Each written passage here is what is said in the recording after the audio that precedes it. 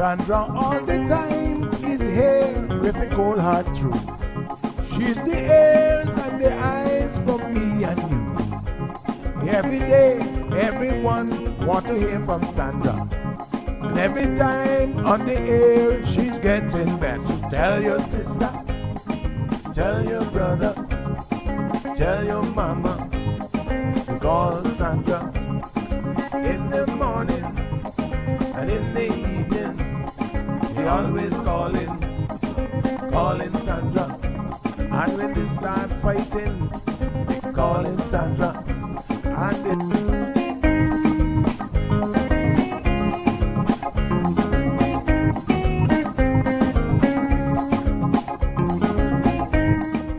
That's right, folks. Everyone is telling their mama about the cold hard truth. Welcome to another episode with more truth-telling, more problem-solving, and of course, more tea spilling than ever before. Sit back, students, grab your tea and turn up the volume because class is now in session.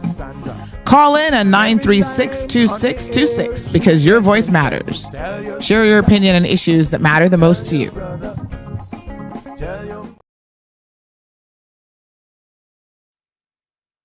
Good morning, K-Man. Rise and shine. It's time to get up.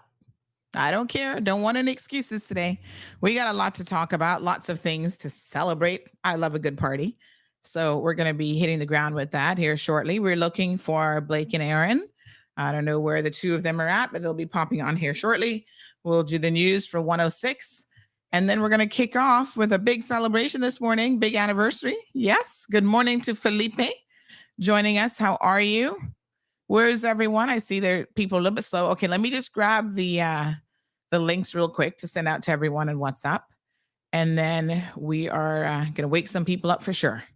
There are people who just sit down and wait for me to send them the link. Not a problem. I'm going to get it to you here in just a second. All right.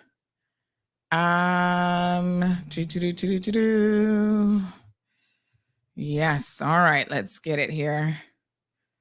Okay. All right. So don't forget, folks, we can be found on YouTube, Facebook, Instagram, live and radio, Bobo 89.1 FM. Good morning, Gabby. How you doing, honey chill? Welcome. Yep. I see folks over there on Instagram locked in. And yeah, those are all the locations that you can watch. And I know you guys know this stuff already. And of course, if you missed a show, a lot of you always go back and watch it, which, by the way, over the weekend, a lot of people were messaging, hey, I was just listening to Friday's show or just catching up on Thursday's show. So it's fantastic that you can actually go back and listen at your leisure because sometimes, you know, you're busy in the mornings. That's fine. You can always catch it a bit later on. Shaka Zulu is in the house. Good morning, fam. We're one big family here on the program, and so many people understand that vibe. I was speaking to someone the other day, and they were saying how, you know, they miss people when they're not. Actually, Johan was saying the same thing. He's like, you know, you really get to know, maybe not all parts of a person's personality, but, you know, we get to know each other quite a bit here on the program, and the interaction is always so interesting, sometimes quirky, and just like any other family, we've got some characters in the group, and you know, the whole mixture makes for a very interesting dynamic, and that's fantastic. We're all about the diversity that the program brings. So Barbara G also joining us. Hi, Barbara. How are you? Are you in Cayman at the moment? I don't know if you're overseas, but Paul is going to be leaving us, going back to Bermuda today. He was in Cayman for a little bit. So, Paul, we're going to wish you some safe travels as you venture back home, and tell everybody in Bermuda that we said hello. We've got some listeners in Bermuda as well. who are regular viewers to the program. Good morning to Miss Dean. She says, morning, Sandy and CMR fam. Good morning to you, my love. I hope that you guys are doing okay. And of course, we're going to extend our condolences here this morning. I'm going to tell you guys a little bit more about that situation a bit later on in the program as well. So, where's Blake and Aaron? I'm waiting for them. Wonder if they forgot their morning coffee today. All right, we'll give them a little bit of time. Shaka Zulu says, even more pronounced when being a generational Caymanian, recognizing Caymanianism in the program. Thank you. Yes. I'm going to tell you this week, we should be getting the annual Tower Marketing Media Consumption Survey report. And I have heard through the grapevine, because you guys know I get a lot of sauce on the side. And I've heard through the grapevine that CMR, if it was the Olympics, we were definitely taking the gold medal. So I don't know exactly all the details yet. I haven't seen the report, but I'm hopeful that I can, the report should be released this week. And I heard that we blew it out of the water this last time. So I'm anxious to see exactly what that is. But, I'd be very, very curious to see what areas we've made some significant traction in, because we know the talk shows have been the number one talk show since it launched, but perhaps we're now more than 60% market share. So we'll see where that is. And of course, the website and social media has also been, extremely popular. So the beautiful Miss Linda, representing from Bermuda. Good morning, Miss Linda. How are you? We missed you, by the way. I hadn't seen you in a couple days.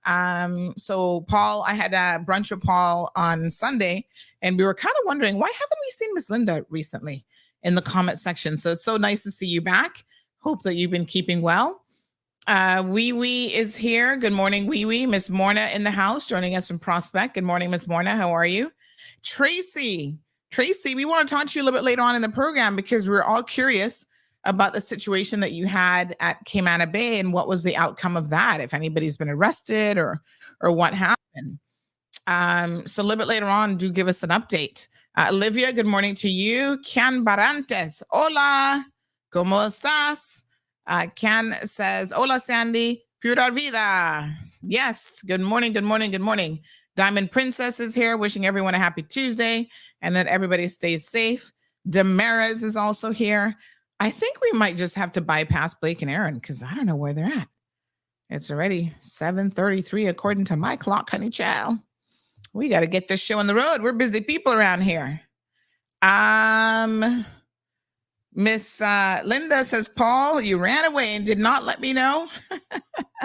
Yes, he's coming back today, and hopefully he will be bringing you some goodies from the Cayman Islands. Actually, I did give him something for you. That's all I can say. Oh, I'm sorry. There you are. We're right here. Good to see you. You know what? It's because I have so many people in the backstage today, as well as videos. Ooh. You were on the next line. I totally didn't see you. I was like, big where show are they? today. Yeah. Busy day. Hating on Blake and Aaron. Hey. Are you ready for me? Of course we're ready for you. How you doing? I'm good. Got about 1 minute till we're... Are we running a few minutes late? Is that what we're doing? Is that what happened? Yeah, well, yes. All right, I'll just continue to say hi to everybody. We've got Miss Lucille in the house. Yeah. She says a very good morning. Under the covers. What? You're sleeping? Carmelita is here. Good morning, Miss Carmelita. Are you joining us? Bang, umaga, Sandy. Yes, I'm betting that probably says good morning, Miss Sandy in Tagalog. Carmelita. Carmelita. We have a huge Filipino following. So let me say good morning to all of our Filipino viewers out there. You guys are fantastic. Thank you so much for being super fans. All right, here we go, Sandy. All right, honey chill. We're live on KISS. Okay. Big news. I have some important news for you. Interesting news. It's Blake and Aaron's Spilling the Tea with Sandy.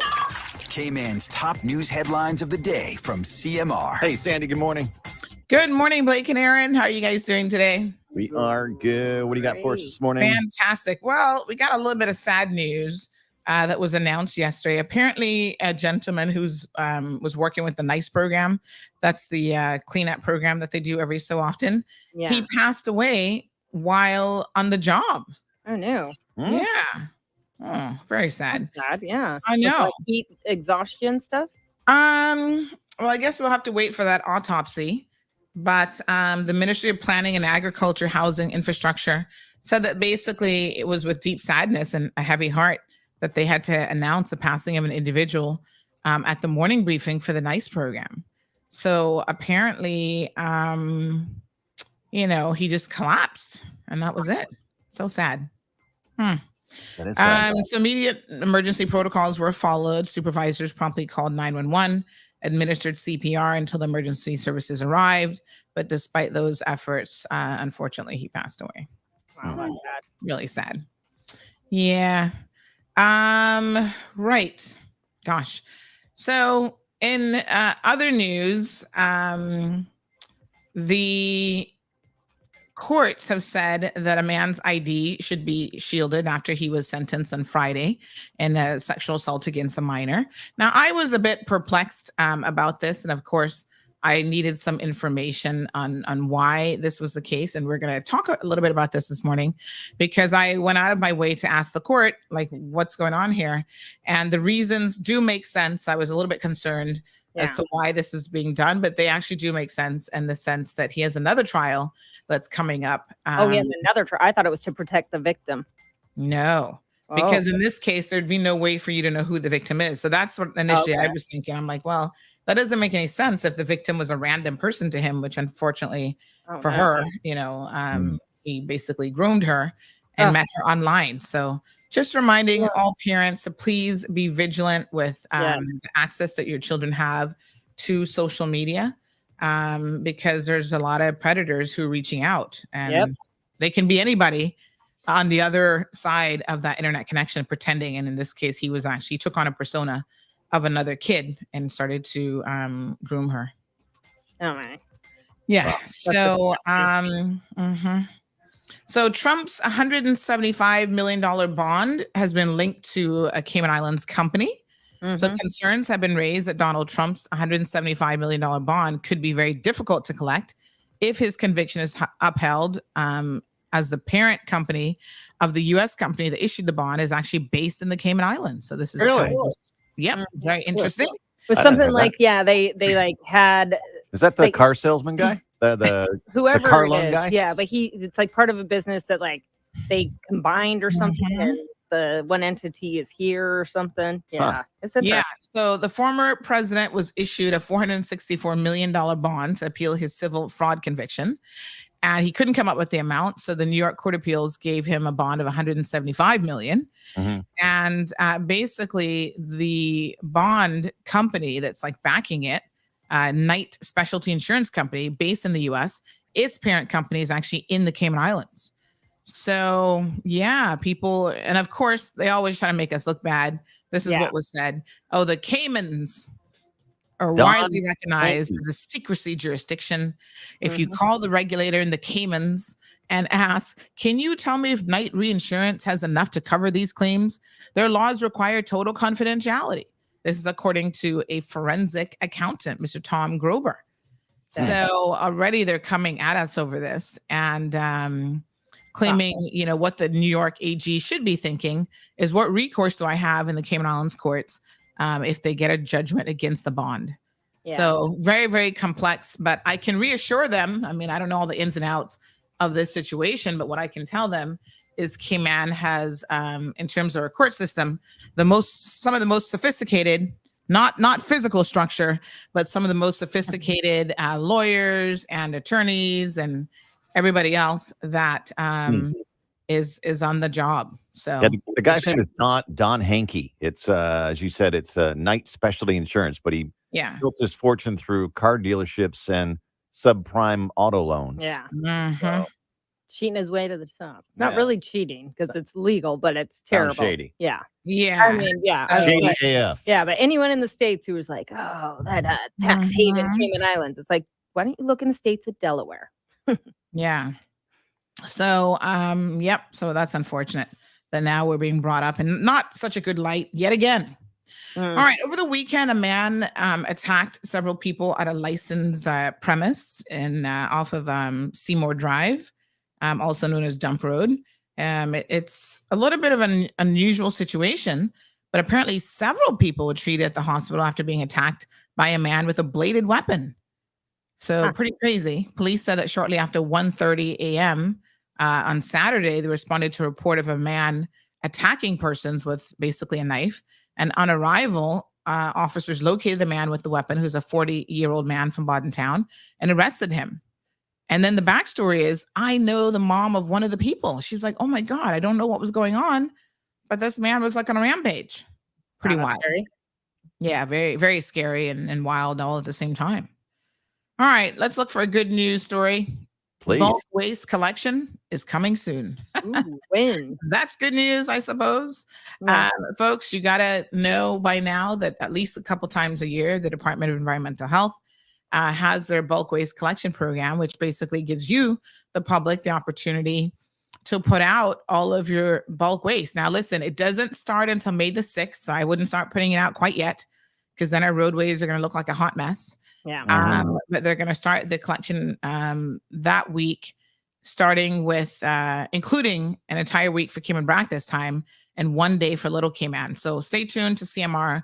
We will have the schedules available for each of the days as the time grows a little bit nearer. Yes, this is the time to clean up your yards and have some pride in your home. Yes, ahead of hurricane season as well. It's a great opportunity to be able to do so. And don't dump it in the median of the east-west arterial highway near Hurst Road. Oh my gosh. Please. Yeah, no public roads. That's not how it's supposed to work. No. It's like a garage sale. So gross. Yeah. But just trash. Tourists come here and they're like, what is going on? Right? All right, Sandy, thanks. Yes, guys. Have a good one. See you tomorrow. Bye. All righty. Bye-bye. Coming up in the rundown. Ooh, we're going to talk about the rust armor, Hannah Gutierrez. All right, folks. That's 106. Let me kick them out of the studio. There we go. All right. Welcome again. Good morning to everyone. I see all of you here now. I see people woken up. 300 of you finally awake. Thank the Lord for that.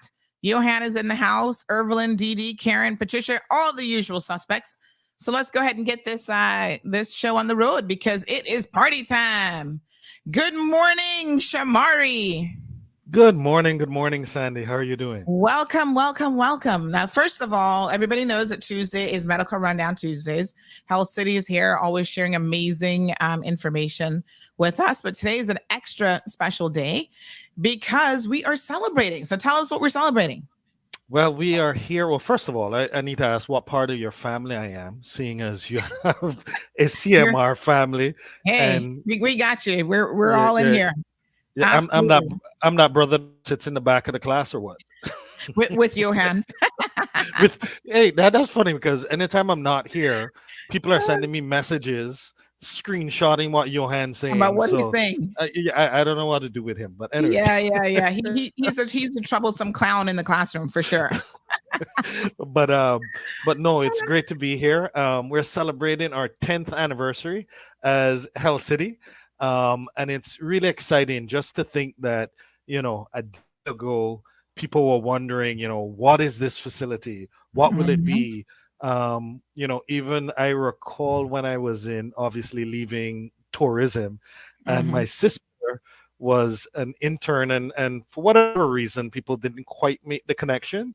And she was in a hazard management meeting with some senior enough people from the medical community, and she could overhear them talking about the fact that, Mars have gone off his rockers to go all the way up East End. Give it 2 years, he'll be back with government. But it's always good to know that obviously people couldn't really perceive what Health City would be. 10 years strong, to see the brand we have, to see how strong it is throughout the Caribbean and Central America, to be here, to have saved many lives, which is the most important part. Yes. To be a household name, even though depending on the segment of the population, yes, we're Health City, but to others, we will always be the Shady Hospital, right? Yes. So we're here. We're going strong. We achieved so many firsts across not only the Mhm. Cayman Islands, but in the Caribbean as well. And we're now a part of the Cayman Islands, and I'll always remember when I knew we made it was when there was Rundown, and Hell City was a segment of Rundown, and I said, okay, we're here to stay if you make it Mhm. within Run. So I'm Oh, just excited. absolutely. We have gifts as well today for the Nice. viewing populace, that we maybe have one or two questions. So make sure persons are listening in. We'll ask one or two questions. And then if we're feeling generous enough, we may even be more than that. But it's just great to be here knowing that Dr. Shed, he Mhm. always says a solution is not a solution if it isn't affordable. And being the physician for Mother Teresa, which a lot of people would have forgotten, but we're going to retell that story, how she found him just based on the impact he was making in the Mhm. world, especially with children, that she found him and she wanted to make sure that he could extend his vision to the world. And what we're showing is in, not the cheapest jurisdiction, what you would consider a high cost jurisdiction, we're able to offer the highest level of medical care, highest Mhm. level of quality. And when Dr. comes on, we can also speak to all of the quality indicators, but prices which are a fraction of what you would find, for instance, in the US, to not only make that available to Caymanians and residents, but to our neighboring countries as well.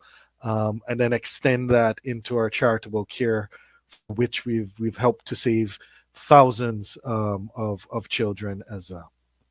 Well, thank you so much for that reminder. And it's one of those historic moments. We're going to bring on Dr. Benoit here in just a second. But it's kind of one of those historic moments now where you think, where was I when Health City got started? And I actually I remember I came to the grand opening because my now sister-in-law, she's an emergency care nurse, and she was in Jamaica at the time. Now she's in the US. But, I was telling her about this amazing facility that was coming online in the Cayman Islands. And she wanted to see it. So she's like, you know what? I'm planning a visit anyway. This is an opportune time to come and visit. And we actually came to the grand opening together. So, I can't believe that it has been 10 years since her visit, because that was the last time that she was here as well. So I was saying to her the other day, I kind of mark her initial visit by that landmark. I'm like, hey, it's Yeah. time for you to come back. And it was so interesting that when I first had to go into rooms, just based on being in tourism, I could speak to directors of tourism, ministers of tourism, in order to get into the room with the health ministers in other Caribbean countries. They're like, listen, I don't know what this is about, but this is Shamari. He was from tourism. You need to give him a meeting. And it Mhm. went from the side eye and who are you and what are you doing, to after a year or two going into meetings, and there's like, wait, isn't this the facility that had the first artificial heart in the Caribbean? Well, yes. Aren't you the facility that had the first LVAD? You guys are the ones that are. So it was just interesting to see that change over time. And Mhm. now it went from side eye to, wait, you're that exciting facility doing all those firsts, to, can you bring this to our country, please? Can you Yeah. please here and help with our healthcare, which in different ways we help in different countries, but it's just great to see that progression over time, Mhm. and Health City becoming solidified in the Caribbean as the go-to place for anything that's very complex from a medical perspective, as well as obviously everything else. Absolutely. So thank you so much, Jordan, Tiffany, Alexandra, Denise, Daisy. We're aware of the little issue with the radio. I've just messaged technical support on the other side, and they have restarted it. I did see that it dropped out twice this morning at exactly 4 minutes and 59 seconds. So hopefully the restart on their end should resolve it. Shamari, give me one quick second. Let me just play No a problem. solid music clip so that we can make sure we're back on radio. Okay, no problem.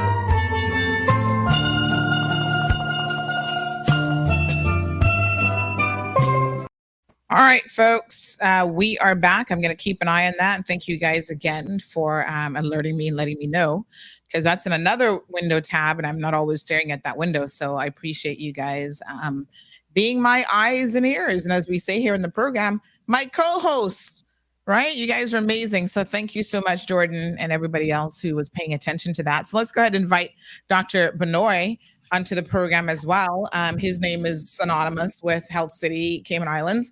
When you hear Health City, Cayman Islands, you also hear, or you think immediately of Dr. Benoit and his amazing team that he's leading there at Health City. So Dr. Benoit, can you believe that it's been 10 years?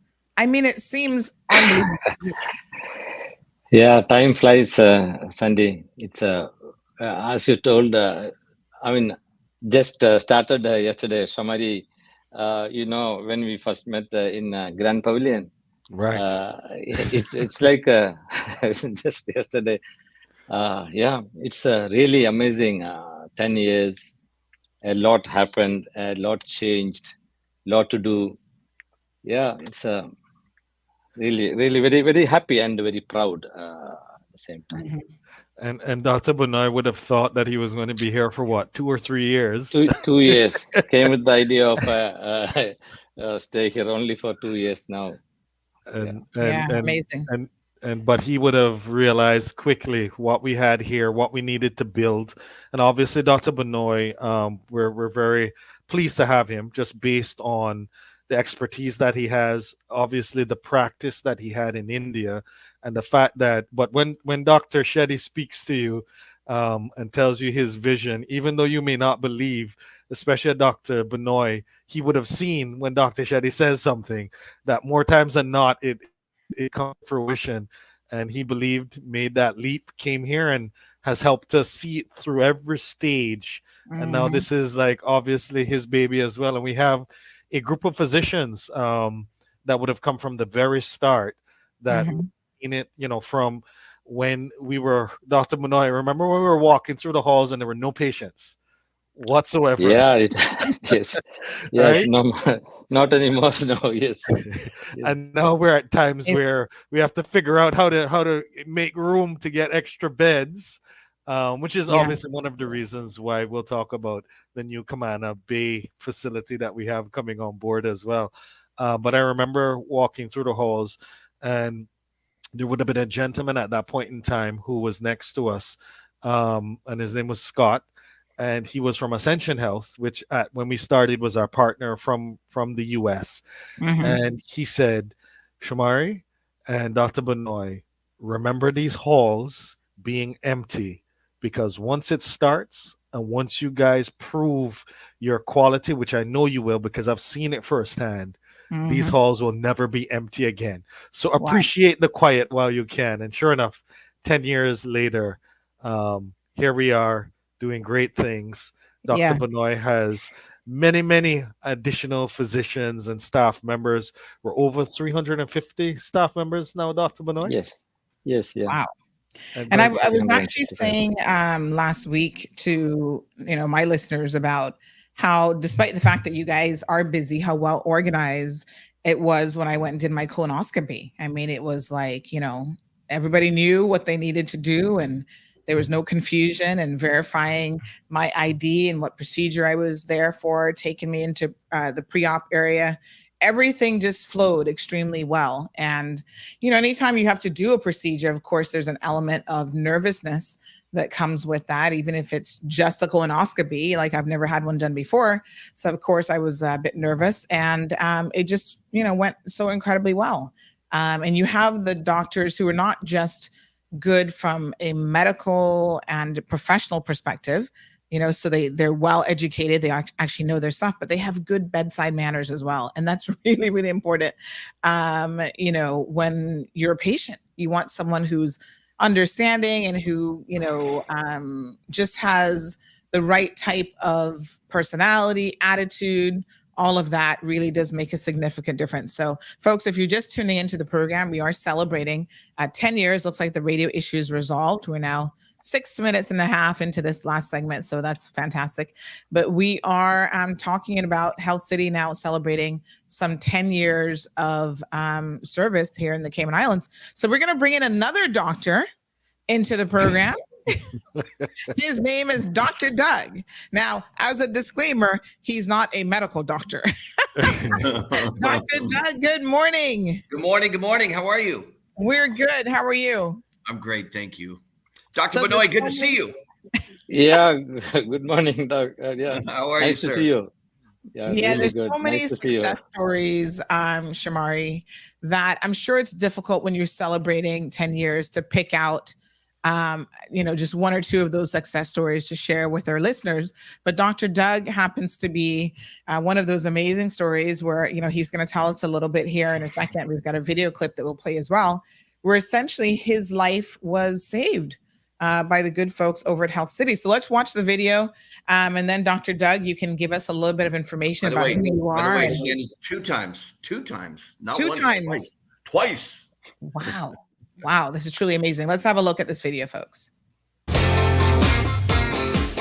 It's Rooster 101. You got Dr. Doug here in the afternoon, back after a successful heart surgery at Health City for a number of months in early 2018. I noticed that I was starting to develop a shortness of breath with just regular activity. Time was ticking on my heart valve. At that point, the heart valve was blocked. I was at about 80% blockage at that point, and they were concerned that if I let it go much longer, that the consequences could be death, possibly in a short amount of time.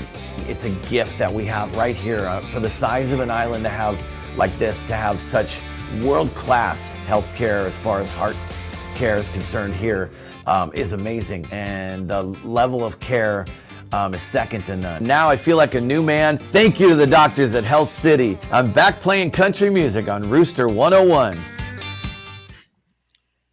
All right, so Dr. Doug, as you're known around the island, tell us a little bit what happened. Give us some of the details of what happened to you.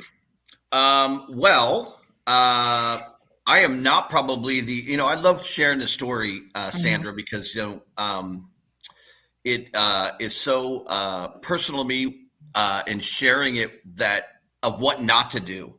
And I know, we hear a lot about men especially who put things off. And I think I've heard you talk about it on a show a while back, how women and men are a little different when they come to the medical stuff,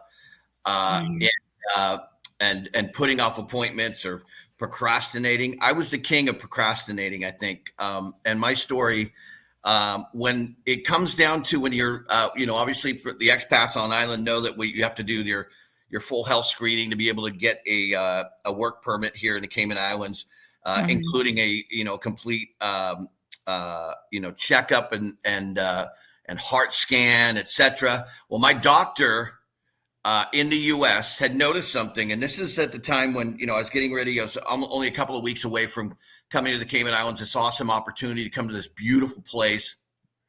When I went to my doctor just to get that final checkup, get the paperwork turned in, get everything sent off to the Cayman Islands. I'm ready to go. I got all my things, my ducks are in line to be able to come to the Cayman Islands. And the doctor said, I can't sign your paperwork.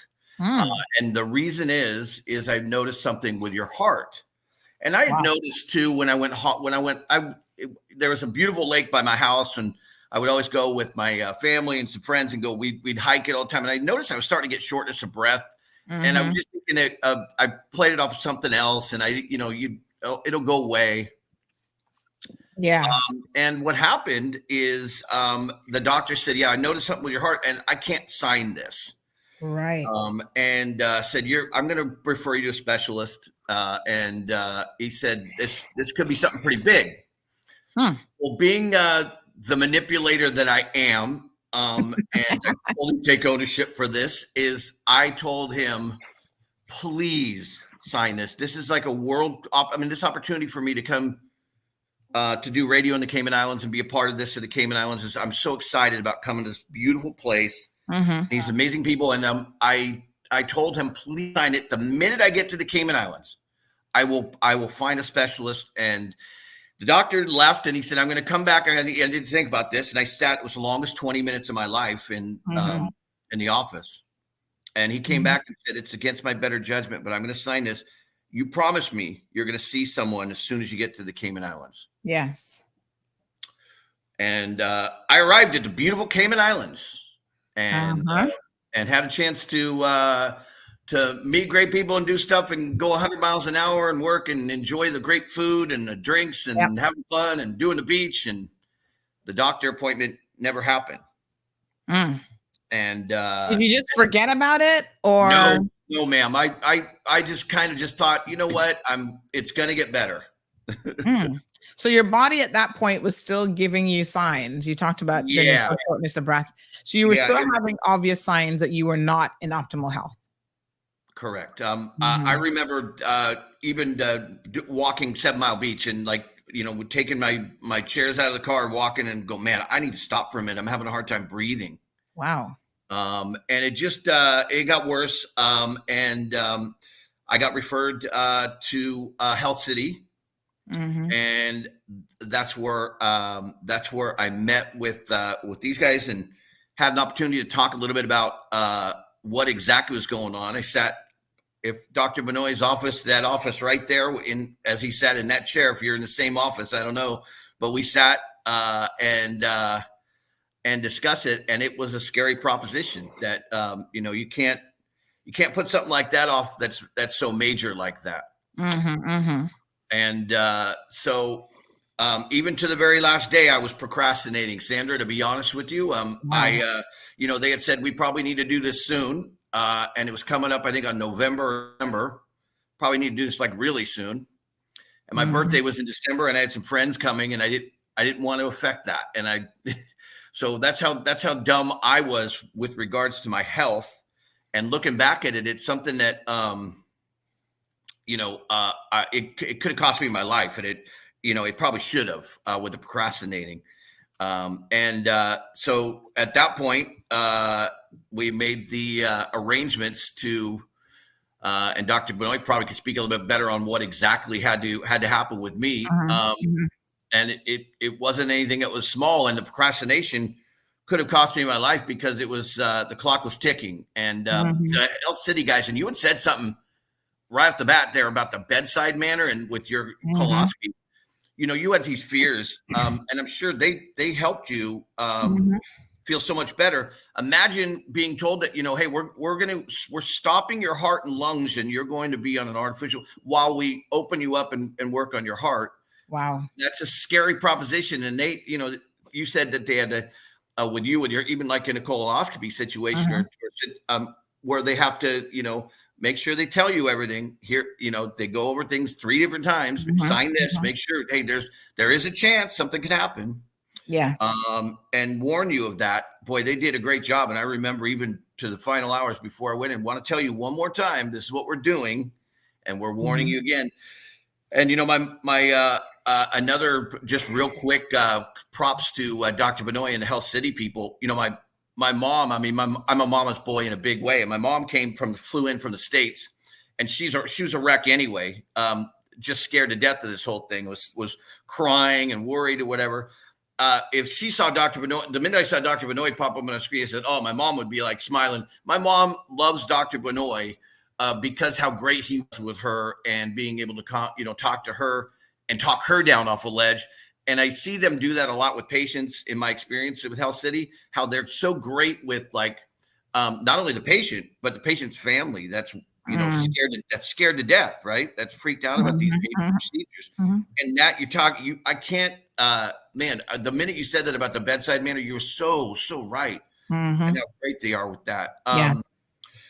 And so the surgery, was amazing. It was the experience was so fabulous, and it was emotional leaving because you have these people that are around you 24/7. I mean, literally, when you're in intensive care, you've got this full team that's right by your side. The intensive care center area is so intense because there's so much activity there, and they've got a desk and everything right there, all the information right there, all the specialists, doctors, round the clock. It's it was amazing. Care with the with my heart surgery. Wow, that's an amazing story. So you said that was there a separate incident apart from that? You said there was 2 times that you were really well, the second time was my stomach, and the stomach story is interesting because I've always had problems with peptic ulcers and secreting too much acid in my stomach, even from when I was a little kid. And it was always been an issue, and I would be eating Pepsid like M&Ms, you know, this or Tagamet or whatever the over-the-counter stuff was. And I was having a problem. This is about a year after I had my heart surgery. And what happened is I was having a hard time keeping things down, and like next thing you know, I'm like having lunch, and then man, I'm feeling sick, so I'm having to throw up, and you know, I'm realizing that I'm lacking energy, obviously from not eating and being able to keep things down, but also that I became anemic because apparently there was ulcers that were in my stomach that were bleeding and getting scarred over and bleed. I mean, it was pretty major at the point when it got to the point where I couldn't eat and I was just so weak. I went to my GP. And I'm not going to say where I went or rat anybody out, but the weirdest story in the world is I literally was transferred over somewhere, and I went, and the doctor said to me, just putting his hands on me, basically, you have a hernia, and we're going to need to get you in for a hernia surgery. And it happened so fast. There was a few X-rays and things. Next thing you know, I was in hernia surgery in about 3 hours. They said, this is going to help you because it's going to help you with your vomiting, etc. That night, I when I woke up and I was told that I was sent home, it was a weird situation because afterwards I didn't get any follow up, and I was telling someone it's almost like a dream, like it didn't happen. I never received a bill or anyone calling me or anything after I had the surgery. And the minute I got home, I made something to eat, and I once again threw up. And I was having a hard time with my stomach, and I called Dr. Benoit, who's been so solid, knowing that he isn't a stomach specialist. But Dr. Benoit sent me, said, come to ER, and I went to ER, and they saw me there, and through a series of scans, I thought I was going to be there for about a night or two. I think I was there for 20 something days. I had a major stomach surgery where they had to take part of where my esophagus meets my stomach. And it was a major, major, major surgery. So basically the other procedure you had wasn't what was wrong with you at all. You didn't Not at all. No, it had nothing to do with my heart, but they were worried because I'm fresh off this heart surgery that, you know, a lot of the things that they cannot do and a lot of meds that I cannot take or whatever because of the stomach surgery. But it was actually part 2 and just as great with this amazing staff at Health City for an extended period of time. I was in and out. I felt like in a number of less than a week. Dr. Benoit can speak on how long the valve replacement. But it wasn't a hernia. It wasn't a hernia at all. No, it had nothing to do with it. They had obviously misdiagnosed me, and I'm not, like I said, I'm not going back to it. I just almost kind of like feel like it was a dream, like it didn't really happen. And I never once there was no follow up and no bill. I never got a bill or any. It was really you probably went in and realized that, oops. Yeah, you hear about that kind of stuff. You see those on TV. You see those type of things. And then, so the stomach procedure was amazing. Again, I like to tell people now that I feel like I've got a heart of a 21-year-old and a stomach of a 21-year-old now. And I've been given a second chance. I feel better. It's life's great when you're able to, and it's interesting because now any little small thing that happens, it's like, I want to be able to, now I got to go see a doctor because I'm more procrastinating because I don't think there's a third chance or third time. Right. So you're keeping up on your follow-up appointments. You're doing what the doctor is telling you to do. Yes, of course.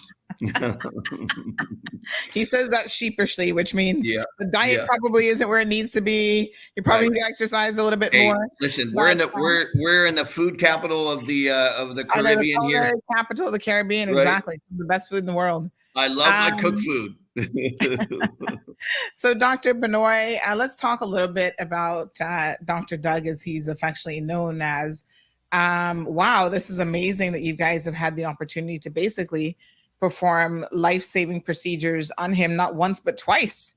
Not sure how often that happens, but what can you say about a situation like Dr. Doug? I mean, he has such an amazing testimonial to the amazing physicians at Health City Cayman Islands, but wow, I'm shocked. Yeah, Sandy, we come across these kinds of situation quite often. The patients or the people procrastinate, like what Dr. Doug did actually. See, when they get some stomach upset or some kind of pain in the abdomen, they always think that, oh, it may be the acidity or some gastric upset. They take some antacids and sometimes it goes down and they think that, okay, that is one, it's carry on like that. And then by the time they realize it's related to heart, maybe too late, or by the time heart, the pumping has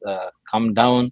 So this we even one of the doctors on the island, I mean, it's very unfortunate, who also thought like that almost 2 years he lived thinking that it is acidity, and then by the time realized it's related to heart, it was a kind of very advanced stage by the time. Wow. So in the case of him, he's one of the valves in the heart. It was like a narrowed. It's like a the blood was finding it so difficult to go out of the heart. That's what he had, all the symptoms like shortness of breath, some chest discomfort, lightheadedness, everything he had. And these are the situations, if you go without getting the treatment, sometimes we can suddenly collapse and die. So it's very important. I mean, he understood now, but I would say the message to the public is, if you find something, body always give you some symptoms or some signs of that, okay, something is going wrong in the body. Don't neglect it and leave it like that. Always get a opinion from an expert. That's, I always tell that, opinion from an expert. That's very, very important. Wow, very good. We have a few comments coming in. Of course, our class troublemaker clown is in the house. Johan says, Dr. Shamari Scott is our best Cayman medical expert. Paul, good morning. Yes, we were reminding our listeners that you were heading back home today. So again, safe travels. Miss Marion Scott is here. Says, good morning, Dr. Benoit. Have a good day. Good doctor. Thank you, Damaris. We have, I can't pronounce this name, I'm afraid, but she says, thank you, Dr. Benoit, for giving my daughter, Chandra, a healthy heart. I will always be grateful to you. Wow. We have Miss Donova McLaughlin Swaby says, thank you, Dr. Benoit. You saved my mother's life 2 years ago, Miss Beatrice McLaughlin. Triple bypass. My family can never repay you. It was a rough recovery, but glory to God, she's doing great. So many amazing testimonials. And of course, we know there are lots more out there. Feel free, folks, to give us a call and express your gratitude to Dr. Benoit and the entire team at Health City Cayman Islands. 623, oh my gosh, not 623, 936-2626 is the telephone number. Feel free to call in and just say thank you and happy anniversary to Health City Cayman Islands. So we have other testimonials. We were hoping to have Dr. Leon on the program, but unfortunately his schedule didn't permit it. But Dr. Leon is actually a medical doctor. Yes. So many doctors in the house today. I can't even stop. We'll try and get him on for next week, Sandy. So he's an actual physician out of the US that had a cardiac arrest here in Cayman when he was on vacation. His wife is a nurse. They got him up to Health City. He had actually arrested like twice, and they had to revive him in the ambulance. Obviously, Dr. Benoit and team were taking care of him, and they were starting to look at how they could get an air ambulance out. And because the wife was a medical professional, and she saw and spoke to Dr. Benoit and the other physicians, she said, you know what? No, this is the best place for him. And when he comes on, he'll speak to the fact that he's not sure he would have survived if they would have sent him to the US. And he's so grateful to Dr. Benoit and team for actually saving his life. And he's a vascular surgeon as well. So he's seen many patients that would have had his type of event. He said that his actual surgery and recovery was as good, if not better, than any he has ever seen. So that's going to be a great individual to listen to as well. And just wanted to make the point that obviously, because we have the Dr. Benoits, the Dr. Ravis, persons get to know, and especially Dr. Shetty being a cardiac surgeon as well, persons get to know about Health City from a cardiac perspective. But to the point with like Dr. Doug, we've built a team across the board, multi-speciality, that can deal with virtually every and anything. So we never want people to think that, oh, it's not my heart, so let me not go to Health City. Because on the back end, we see a lot of cases when they're like, oh my goodness, I didn't realize you did X, Y, and Z. Any ailment, you can come to Health City, and we have physicians across the board that will be able to help you. But just because some of the listening audience on the radio wouldn't have heard, for instance, Dr. Benoit did the first cardiac bypass ever in the Cayman Islands. We have the only ECMO center in the entire Caribbean, the only LVAD center, which actually, when you can't get a donor for your heart, it's an actual LVAD, which is a battery operated artificial heart that we're able to put in to make sure that you can still survive and continue your life. So we're the only LVAD center in the entire Caribbean. We had the first TAVI. These are some technical words, but first TAVI surgery, first artificial arthroscopic latarjet, sorry. We have the first Da Vinci robot here in the Cayman Islands as well. Obviously, then we recently opened the first radiotherapy center. So every year we have firsts, but every few years we're looking at how we can fill more gaps, not only in the Cayman Islands, but also in the Caribbean and Central America, keeping with Dr. Shetty's vision that, a solution is not a solution if it's not affordable.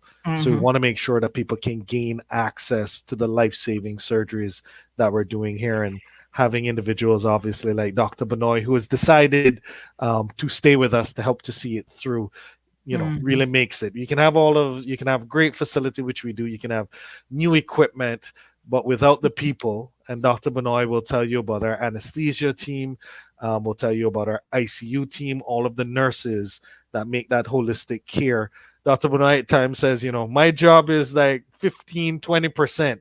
It's everybody else around that actually is going to make the difference. And we have a great team across the board, which makes a difference. Why even we treated a nurse who was from the UK medical system, and sure enough, a lot of our nurses are recruited into the UK medical system afterwards, because we did such a good job with her when she was here on vacation and had an issue, that it just shows you the quality across the board that we have at Health City.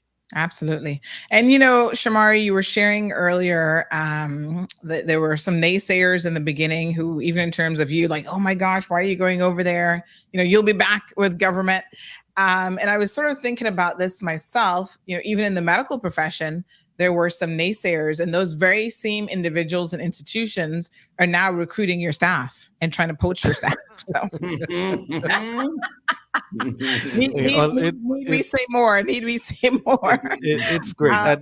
At the end of the day, the vision for Health City coming was to elevate the game from a medical perspective across the board, and make sure that the Cayman Islands will be known as one of the top destinations for healthcare.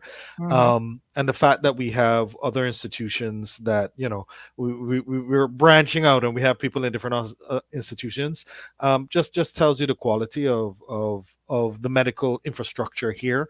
And not to say that it was bad prior to us coming here, but obviously there were certain levels. Like we had the first cath lab, a lot Mhm. of firsts, bringing that additional technical service without Mhm. medical tourism in a small island. It just wouldn't make sense. So the fact that we have obviously additional person coming makes us able to offer all of these additional, Mhm. because our population isn't 80,000. It's much more when you look at the people that we're bringing in from a medical Mhm. perspective. And also just wanted to Yes. state that in my travels, obviously from a Caribbean perspective, when I was in tourism, we used to go and they would show us the best. So you'd go to Mhm. obviously hotels in the tourism district and you get to see the best. With that other hat on now, in my travels, you really get to see the inside of a country when you get to see their medical system.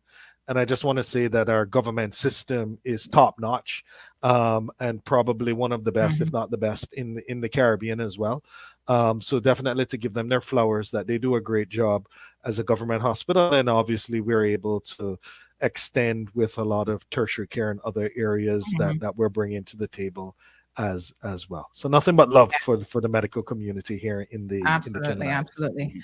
Angie was asking about making an appointment for a full body check. We've got Health City support in the comment section, giving you all the details on how to do that. So let's talk about, Dr. Doug mentioned how he ignored a lot of things that he probably shouldn't have.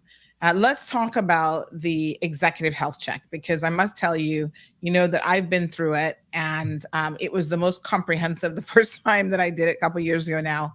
It was definitely the most comprehensive examination I have ever done in my entire life. I wasn't sure if there was anything left for them to check on. I'm like, I have been prodded and probed, and so there's a number of different packages that you put together, Shamari, which are very, very affordable. And for me, I said, right, let's do the executive health check, but I'm also a woman, so I want to add on the women's package. And we did the cardio package. We just did it all. And 6 hours later, like literally, it took a little bit longer for me because we were also doing some additional stuff on the back end, but everything was checked, like kidney function. We did a bunch of blood work, heart. We did the what's the stress test, echocardiogram, like breast examination, pelvic exam, everything. So talk about the importance, really, as Angie is asking about sort of this full body check. Let's talk about all of the diagnostic tests that you have available and the packages that you've also put together that are really quite phenomenal. And I'll let Dr. Benoit go into more detail, but just to state that one of the great things about having a person like Dr. Benoit, who's also a visionary and thinks in a futuristic state, is that even though he's a cardiac surgeon and he may eventually work himself out of a job, his vision, and this would have been for the last 2 to 3 years, was that we should make our not only health checks but all of our checks, even for cancer markers and the such, as available as possible, but also extend. So we have a lot of different health checks that we do in the community, that we do in different areas, in order to try and catch if there's anything very early, so that we are able to actually treat it early without doing all of your heavy duty types of items later in stage. So, Dr. Benoit's goal is that eventually, he said, a population of now 80,000. When we started talking about this, it was 60,000. But anyway, when you have a population that is that small, there's no reason why we shouldn't be able to get as many health checks out there as possible, so we can catch things early. Obviously, we want people to live healthy lifestyles, but we want to catch things as early as possible to be able to treat it, so that he doesn't have to operate on the back end. So that's a part of Dr. Benoit's vision, and he's always pushing for us to do more health checks to catch things early, or to tell people that they're good, or to help them to get on the right track as well. But Dr. Benoit, I don't know if you want to talk about the different areas Yeah, that we touch on. thanks. Thanks, Shamari. Sandy, also, this I'm a strong believer of this executive health checkup or health check. You know that around 70% of the mortality in the worldwide is because of cardiovascular and cancer related. And these are the two areas. There are enough tests to identify and diagnose the early stage of this development of this, whether it is a block in the heart, whether it is a development of a stroke, whether it is a beginning of a cancer. Almost all organs, we can find out if there is a chance that brewing a cancer, or in the heart, if there is the block is being developed, or the possibility of developing a stroke. So all those things we can identify early, treat, and prevent a catastrophic event. It is not like 20 or 30 years ago. Those times, even if you find out, first of all, there was no sophisticated screening methodology was not there at that time. But even if it found, cancer at the early stage, or a block that is developing in the heart, or the blood vessel that goes to the brain, there were not enough technology to treat or prevent this. Now it is totally different. See, 70% of the cancers in the body, if you identify at stage 1 or stage 2, you can completely cure. That is the difference now. Excuse me.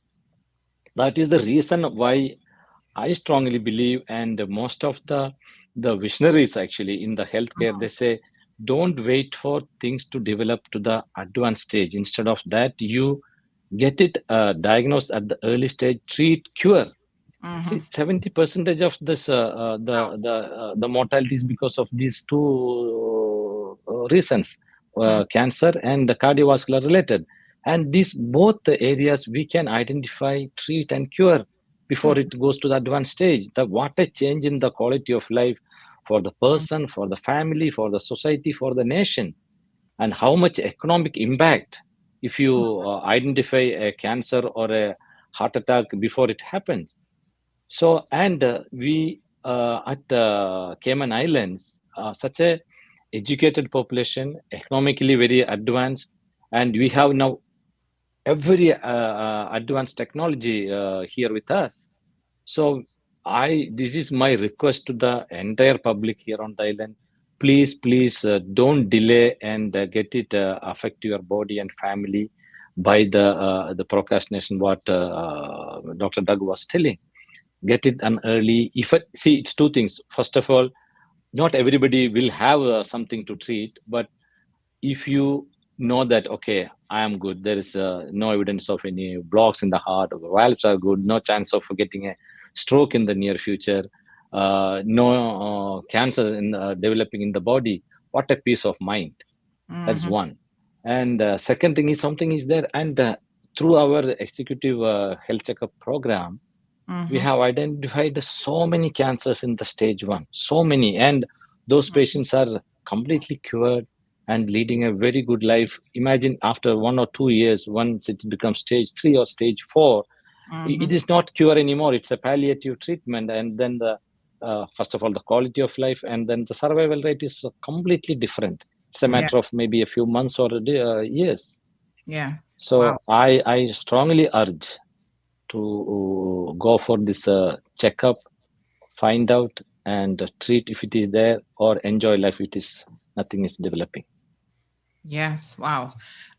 So of course, the important thing, even from my perspective, is that, as Doug rightfully pointed out, a lot of times there are, you might not be having extreme shortness of breath like Doug, but there are other things that are letting you know, okay, your numbers are changing as we get older. We know that things tend to go up. We have to watch your blood pressure, which can be a silent killer if you're not monitoring it. Your A1C number is something you need to watch in terms of, potential risk to diabetes. There's all these numbers that give you an indication of what your health is inside. You can look at somebody, Shamari, we know this. You can look at the exterior of a person. They look great. They look slim. and you think, oh, there's nothing wrong with them. They look like they're in the best of health, but your numbers actually say a lot. And so that's why it's important, as Dr. Benoit was just saying, these executive health checks really give you, if you haven't had them done before, they give you a baseline number of where you're at.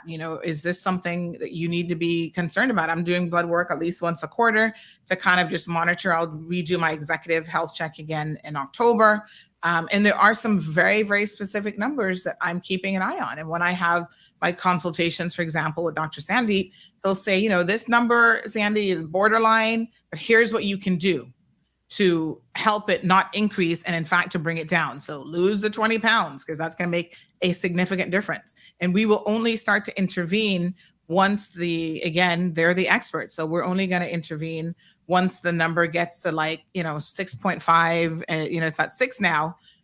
So it's borderline. We don't want you to get to 6.5, but medically, this is what we would do if you get to 6.5. So even sort of forecasting, what does that mean for you in terms of if you're not able to get it under control, how the medical professionals will then intervene. I mean, I always find that even if it's just a phone consultation, my experience has been that you can ask questions if you don't understand something. And the physicians at Health City, are very, very open to answering those questions. Dr. Benoit, you'll know that, I can only speak from personal experience, but last year there was something that kind of showed up on my breast exam. And, Dr. Archita said, this is something, not Dr. Archita, you'll have to remind me of her name, Shamari, OBGYN. Dr. Pooja was there.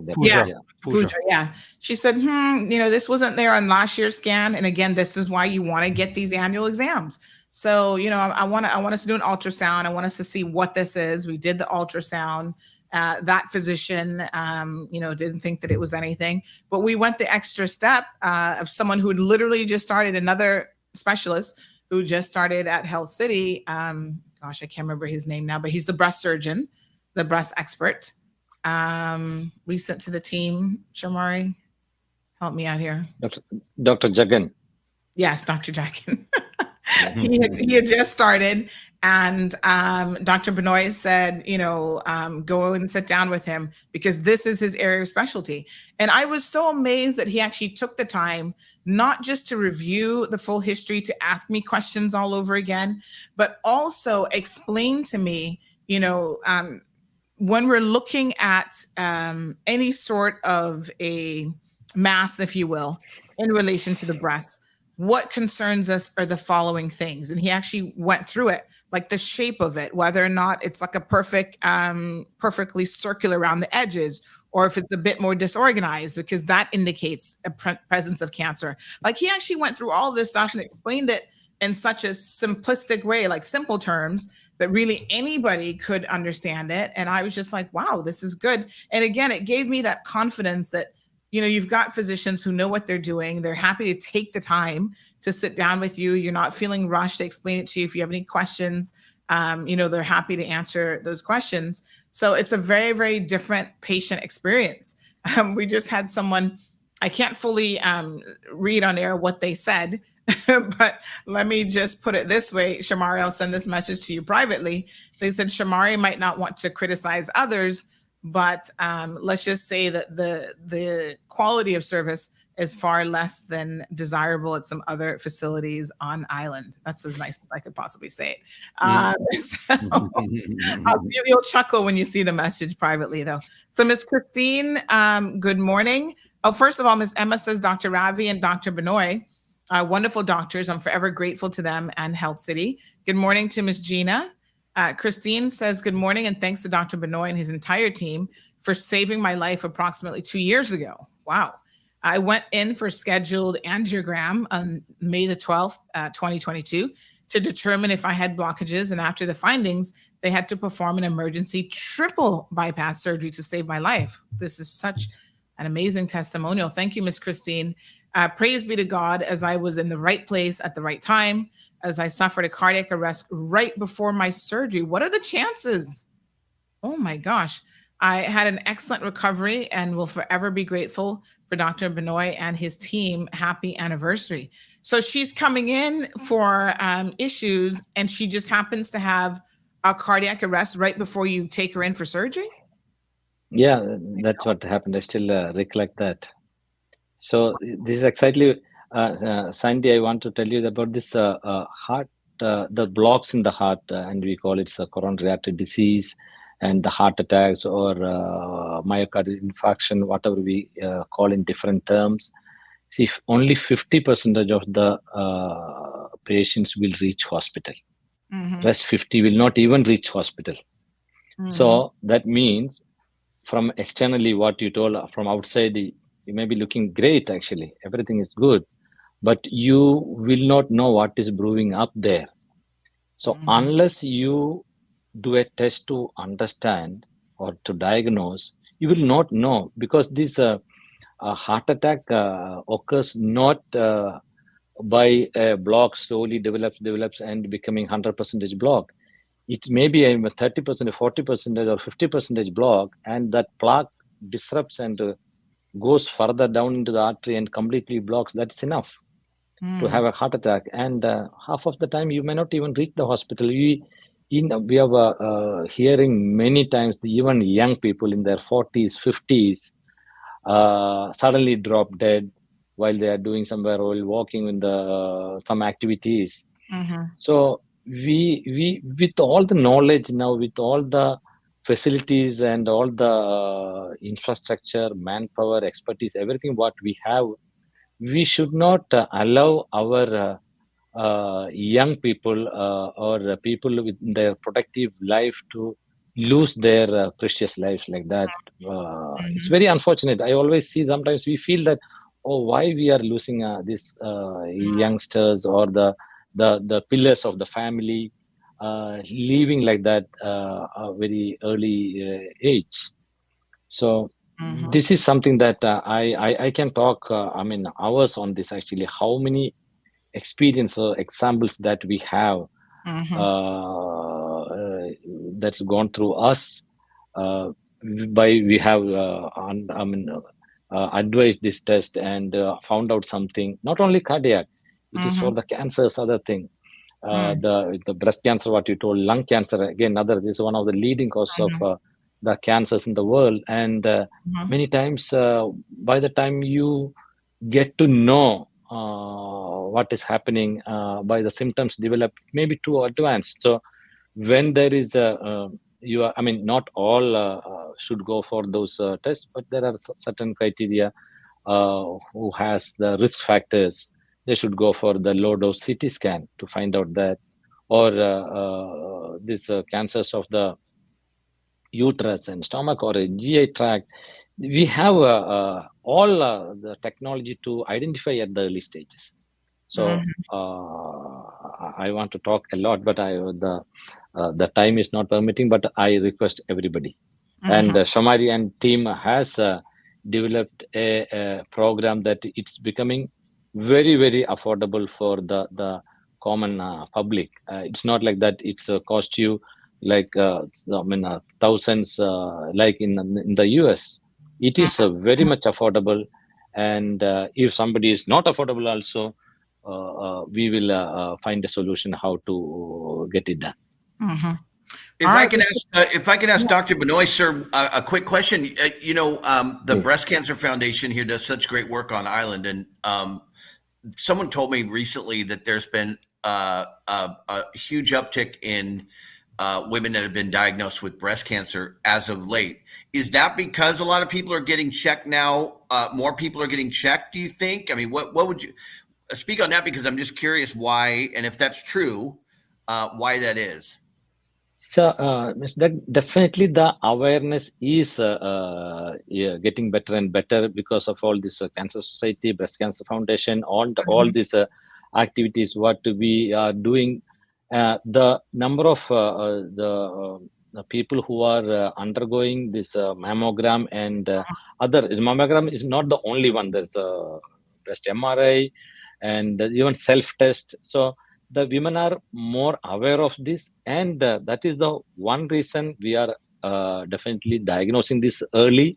And plus the other important thing about this breast cancer is what we see now, the diagnosis of breast cancer in the 30s, in women with women in their 30s and early 40s. That is significantly increasing. I cannot talk about, I mean, I'm not the expertise in that, but I know that is happening. Maybe the oncologist will tell more about why it is happening. It's not only in the Cayman Islands, but the diagnosing breast cancer in early ages in 30s and 40s is significantly increasing.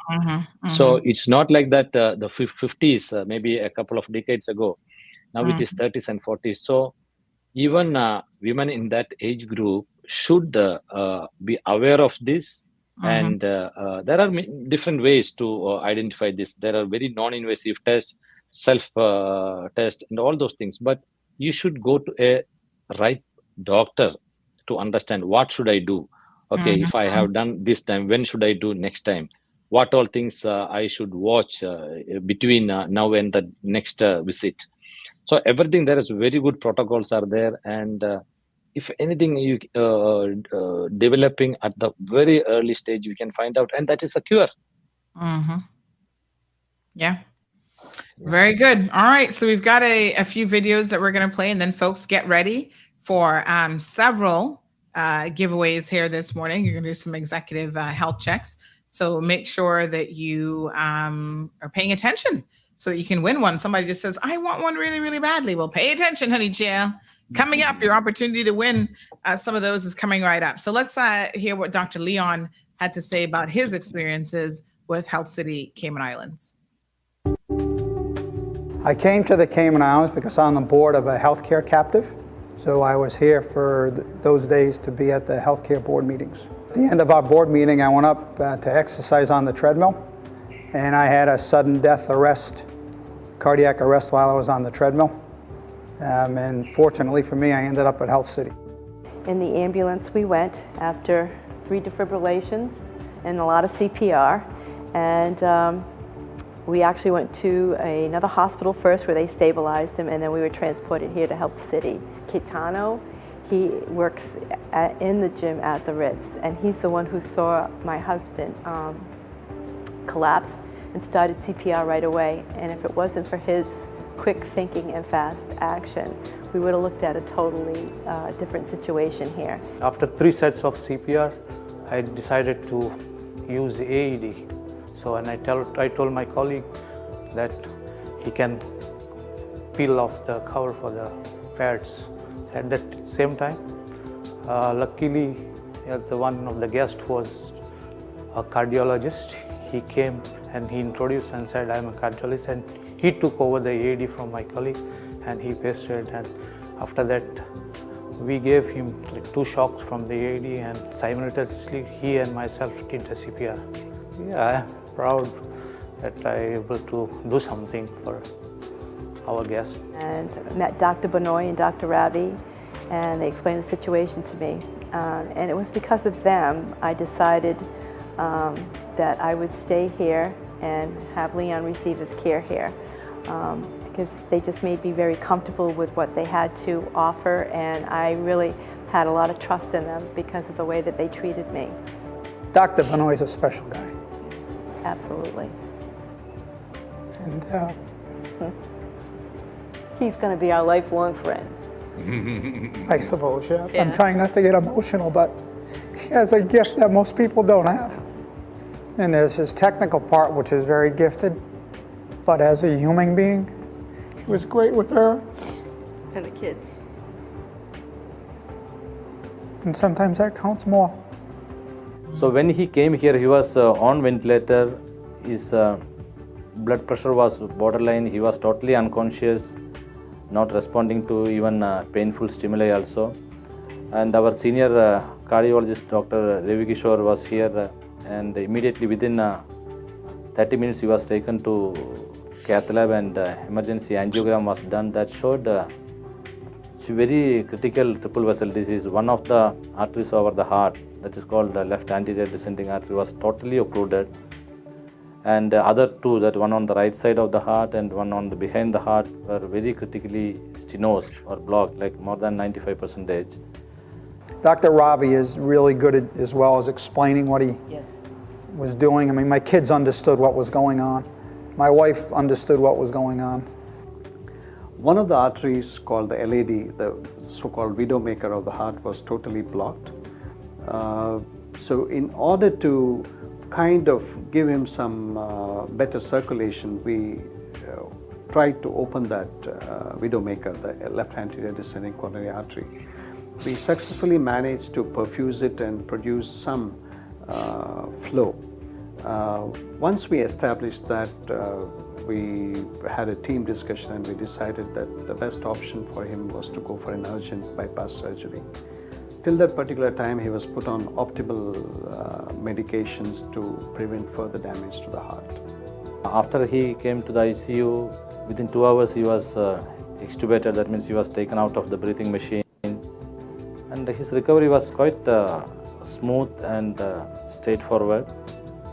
Second day he was shifted out of the ICU to the ward, and the fourth day he got discharged from the hospital. I couldn't have ever gotten anything more than I got. I'm amazingly pleased with my care. I'm a vascular surgeon at home, so I see plenty of patients after cardiac surgery, and my care, my recovery, in my opinion, was as good or better than anyone I've ever seen. I'm very impressed with this. In fact, our company will consider sending some of our patients here for their care, because the model here is a model that the United States healthcare system is striving to get to. Yeah, this actually was a beautiful recovery, because it was me and Judy and the 3 kids, and as the children had to go back to their jobs and their professions, it got down to just me and Judy again, which is how it started. So yeah. We've had one long honeymoon, right? We did, absolutely. I said, he really is my Christmas miracle. Don't cry.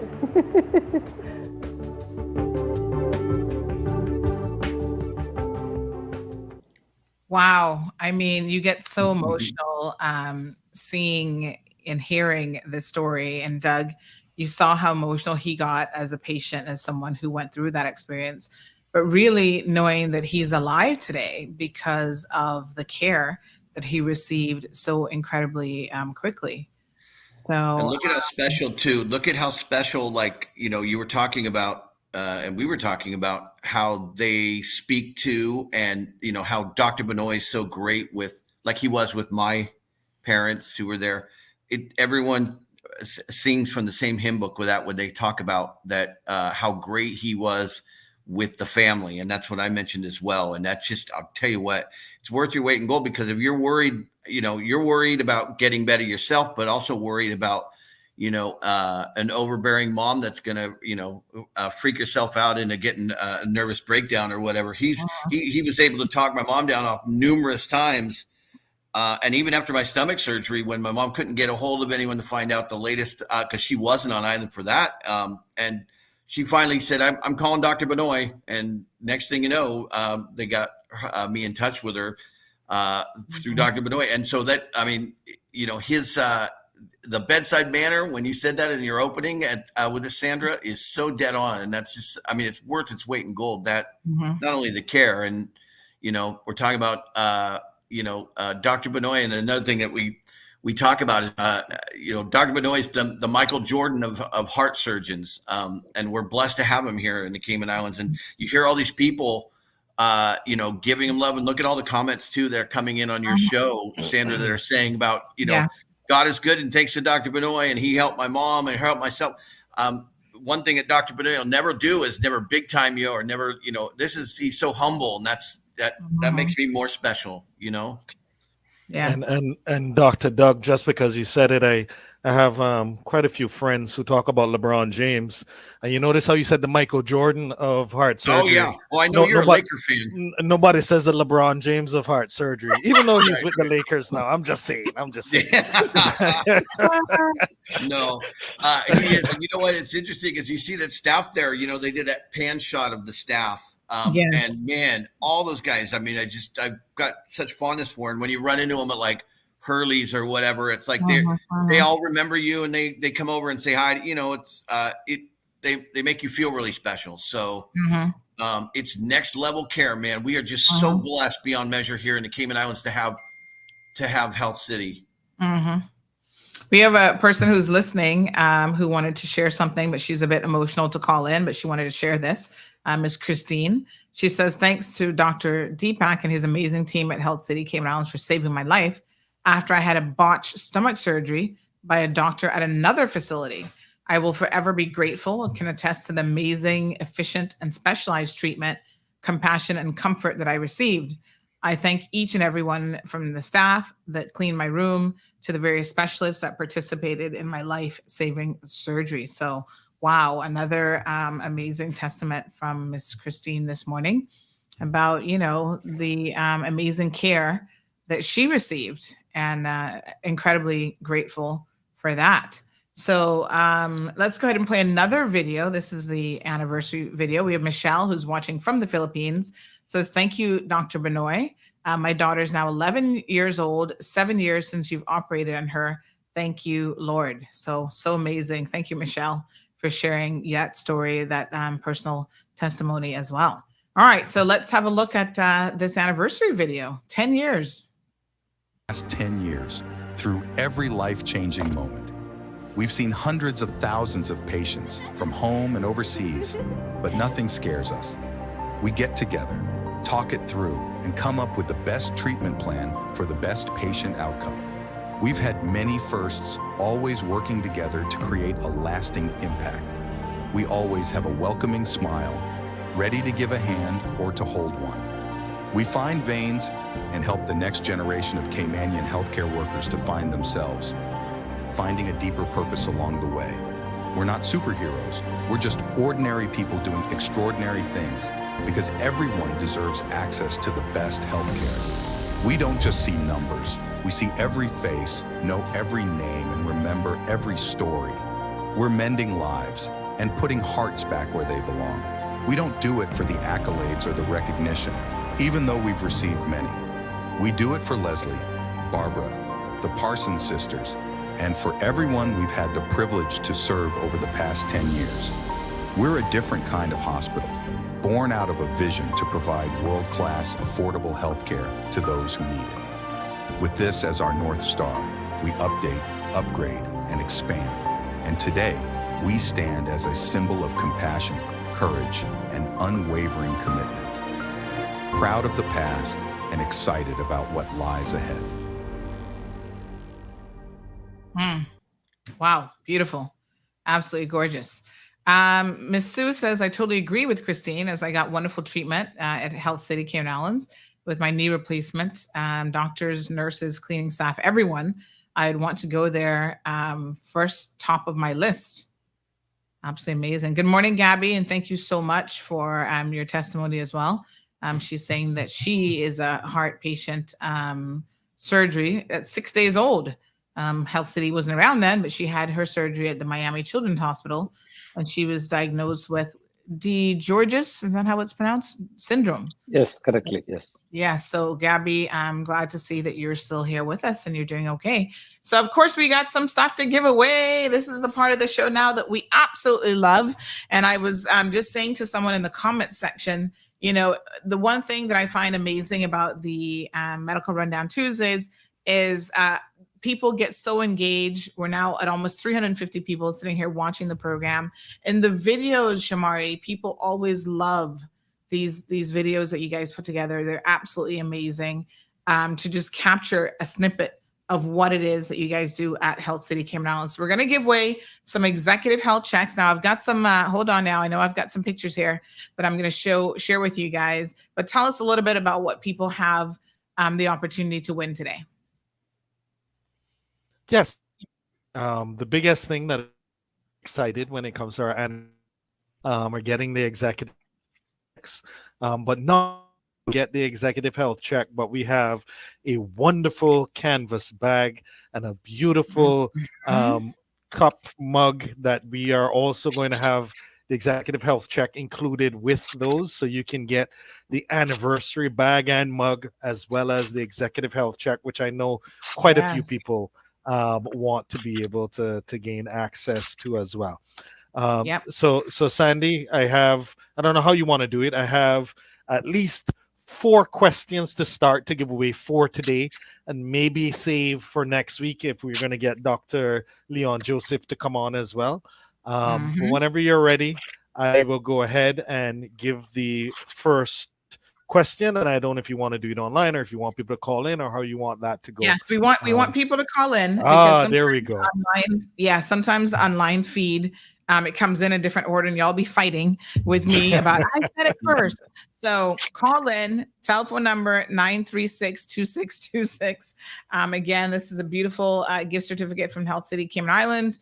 You get your wonderful bag. There's a nice picture of the bag, very, very nice, and a little mug and stuff as well. But the most important thing in here is your health check, the executive health check, because listen, you can't put a price on good health. Trust and believe me. All right, so let's go ahead and get ready. First question, please. So the first question is, what month and year did we open our doors to see patients at Health City? 936-2626. Give us a call. What month and year? This one is so easy. I'm just saying he started off. I'm starting off easy. Yeah, he's gonna get build more up. difficult. Good morning, caller. Good morning. Good morning, dear. It was April 2014. That's right. Yes, that was so easy. Was it April, Shamari, was it April 4th or April 5th? Or it was April 2nd. April 2nd. Oh, wow. Yeah, very good. Well, congratulations. Let me just hold on one quick second. I'm just going to take down your number here. And just give me a first name, please, and they'll give you a call later for your prize. Julie. Miss Julie. Congratulations, Miss Julie. Thank you. All right, my dear. All right, don't worry. More questions coming. Next question, please. The next question is, can you please name 2 physicians that are within our cardiac services area? So 2 of our cardiac physicians. Any 2. Ooh. All right, 2 physicians that are in the cardiac section. Good morning, caller. Good morning. Morning. How are you? I'm okay. How are you? Good, good. You're going to take a stab at this question. 2 physicians who work in the cardiac section at Health City Cayman Islands. Dr. Benoit is one. And if I remember his name correctly, I think it's Dr. Devaraju. Dr. Yes, that's true. Yes. Congratulations. You are a winner. Well done. Thank you. You're most welcome. I got your name and number already. I recognize the voice. Thank you. All right. Wonderful. Wonderful. All right, folks. Before we take another question, we have Miss Dorothy Davis saying, will Health City be doing the heart checkup this year at a reduced rate? I think it was the calcium scoring test. Is that at a health fair, or I don't know what that's in reference to, but yeah, so we will be announcing, we always have a reduction in regards to our executive health check as well. And that'll be announced next week. And we always run that for a month. So don't worry, it's coming. Miss Dorothy, it's coming. You'll be able to get that. Yes. All right. And Angel says, Dr. Benoit was my doctor. My dad loved him so much. My dad passed away, and now he's my mom's doctor. He and Dr. Ravi work great as a team. I remember when my mom was doing a surgery for hours, and he left the theater and came to the room to update on my mom. But the amazing thing is when he told the nurse to give us an extra bed, because we decided that we were not leaving the hospital until mom finished her surgery. I love Dr. Benoit so much. My mom's name is Miss Van Reen Johnson, and my late dad, unfortunately, got cut off there. But hopefully you know exactly who that is, Dr. Benoit. Yes, I remember Van Reen Johnson very well. Yes. Yes, wonderful. All right, Priscilla's in the house. Miss Sue, thank you so much. Nicholas DaCosta says, I had my first Health City experience in October of 2023, and I'm forever grateful for the care I received. Health City truly is a blessing to all of us in this country and beyond our borders. Thank you so much, Nick, for that. Really, really appreciate it. So we'll do one more, Shamari. Yeah, we can do two more. So, the next question is a physician that isn't a cardiac physician and their specialty. All right. So name a physician that isn't a cardiac physician, right? That is not a cardiac physician and their specialty. And name what their specialty is. So you got to remember, we have them on the show every single week.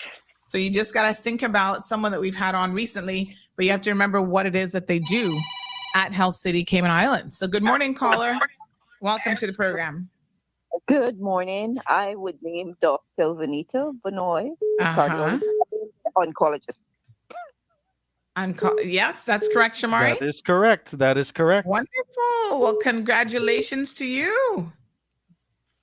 Very, very good. You're a winner. Hold on. Let me just take down your number. I know I have you on WhatsApp as well. Yeah. I recognize your voice. Yes, Dorothy. It's so nice when we become regulars on the program. Yes, that we know each other. Yeah. I was typing something. I wanted to make a comment also because I was typing something. You know, I'm listening and typing, and my brain wasn't acting too good this morning. And I had to say that with Health City, what I love about Health City and the doctors, I mean, I go there quite often with my husband, but is that they what they got patient-centered care is bar none. None other that they see the patient. You know, it's not a piece of paper or a number in front of them. If they see you in the corridors, they say good morning.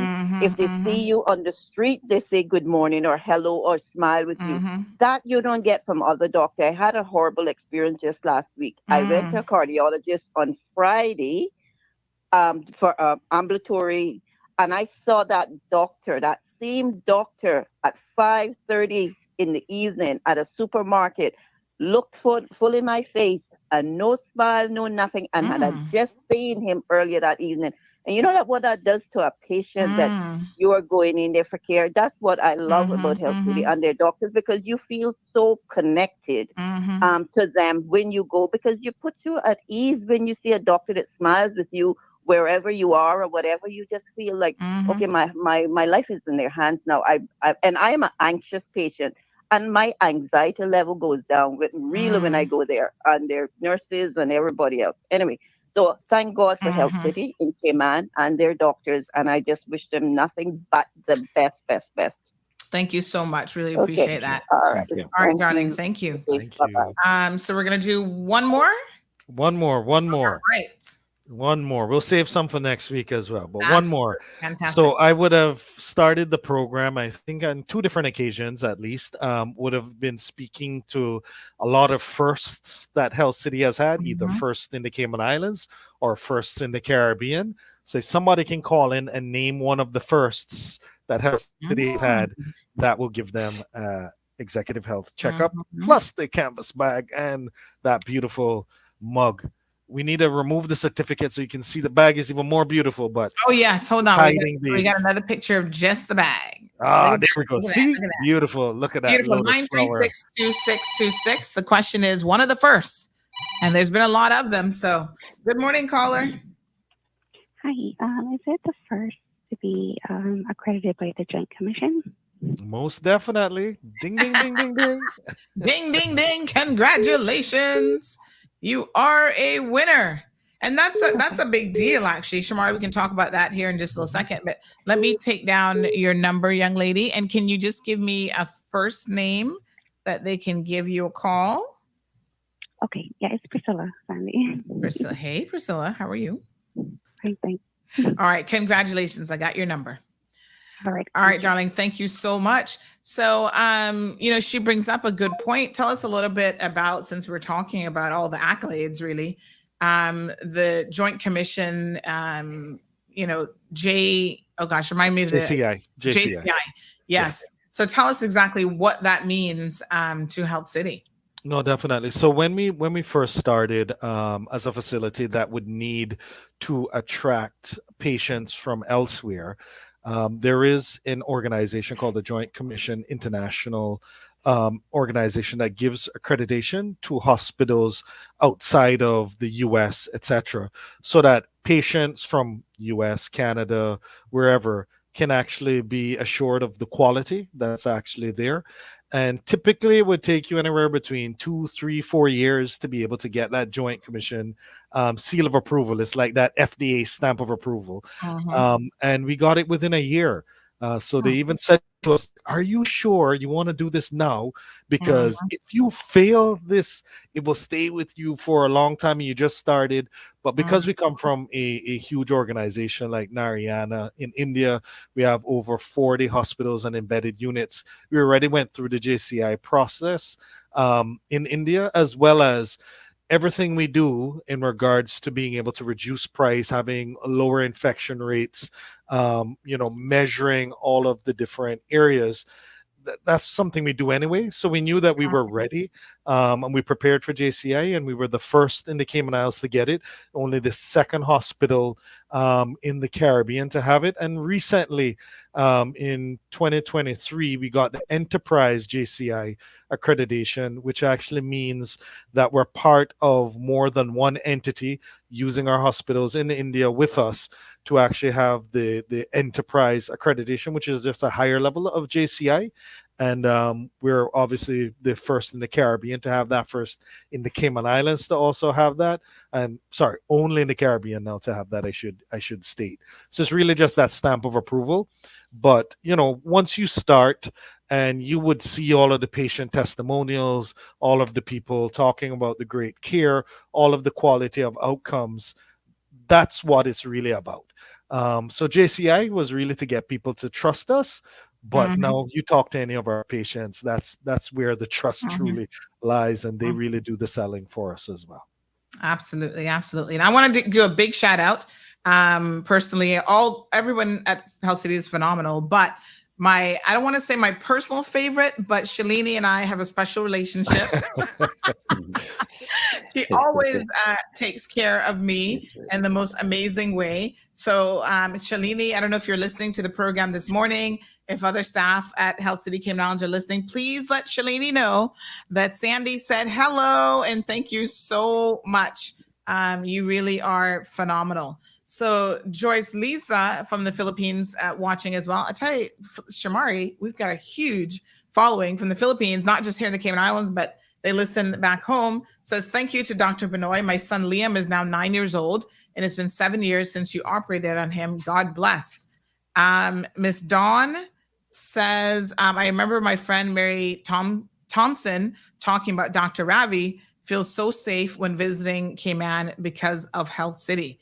So a testament from, again, someone who's overseas who knows that when they come here, if something should happen to you, you can get to Health City at Cayman Islands and have the most amazing experience, top-notch experience worldwide. So thank you guys so much. I know we went into a little bit of overtime this morning, but I really appreciate Shamari, who makes the time to come on almost every single week here with us. Dr. Benoit, thank you so much for your continued service to the people of the Cayman Islands. Happy 10th anniversary. And Dr. Doug, DJ Dr. Doug. Dr. Doug. Put that in quotations. He's not a real doctor, folks. He's a doctor of music. He's here with us this morning as well. This guy's awesome, though. Wait, this I got to point the right way. The other way. Yeah, sorry. Love you, Dr. Benoit. And Shamari Scott is the Michael Jordan of publicity, medical guys. He'll soon, just by association, he might soon get his medical qualifications, as Johan actually said. Congratulations on 10 years. That's so Thank awesome. you. What a landmark. And obviously people that are talking, look at all the accolades you're getting just in, people that are commenting on, the nearly 1,000 people on Sandy's show, giving you guys love. And that's a big deal. So congratulations, you guys. That's awesome. And Sandy, Thank just to you. mention that obviously coming from tourism where Caymankind was born, just to encapsulate the Caymanian feeling of the people as well as who come here and how they need to fit in. Saying hello in the morning, seeing somebody smiling, saying how are you doing, and just to mention that I was on my way back from Miami, some meetings this week, and right at our Cayman Airways counter, I'm not going to say her name because I'm not sure she wants me to say her name. She's like, Shamar, wait there, wait there, wait there. And she ran into the back, and right on our 10-year anniversary, she's like, I saw this and I thought about you. And I bought this just for you, and I forgot it at home. I checked the iTunes. I saw you were traveling. I drove back home to get it, knowing that you were coming.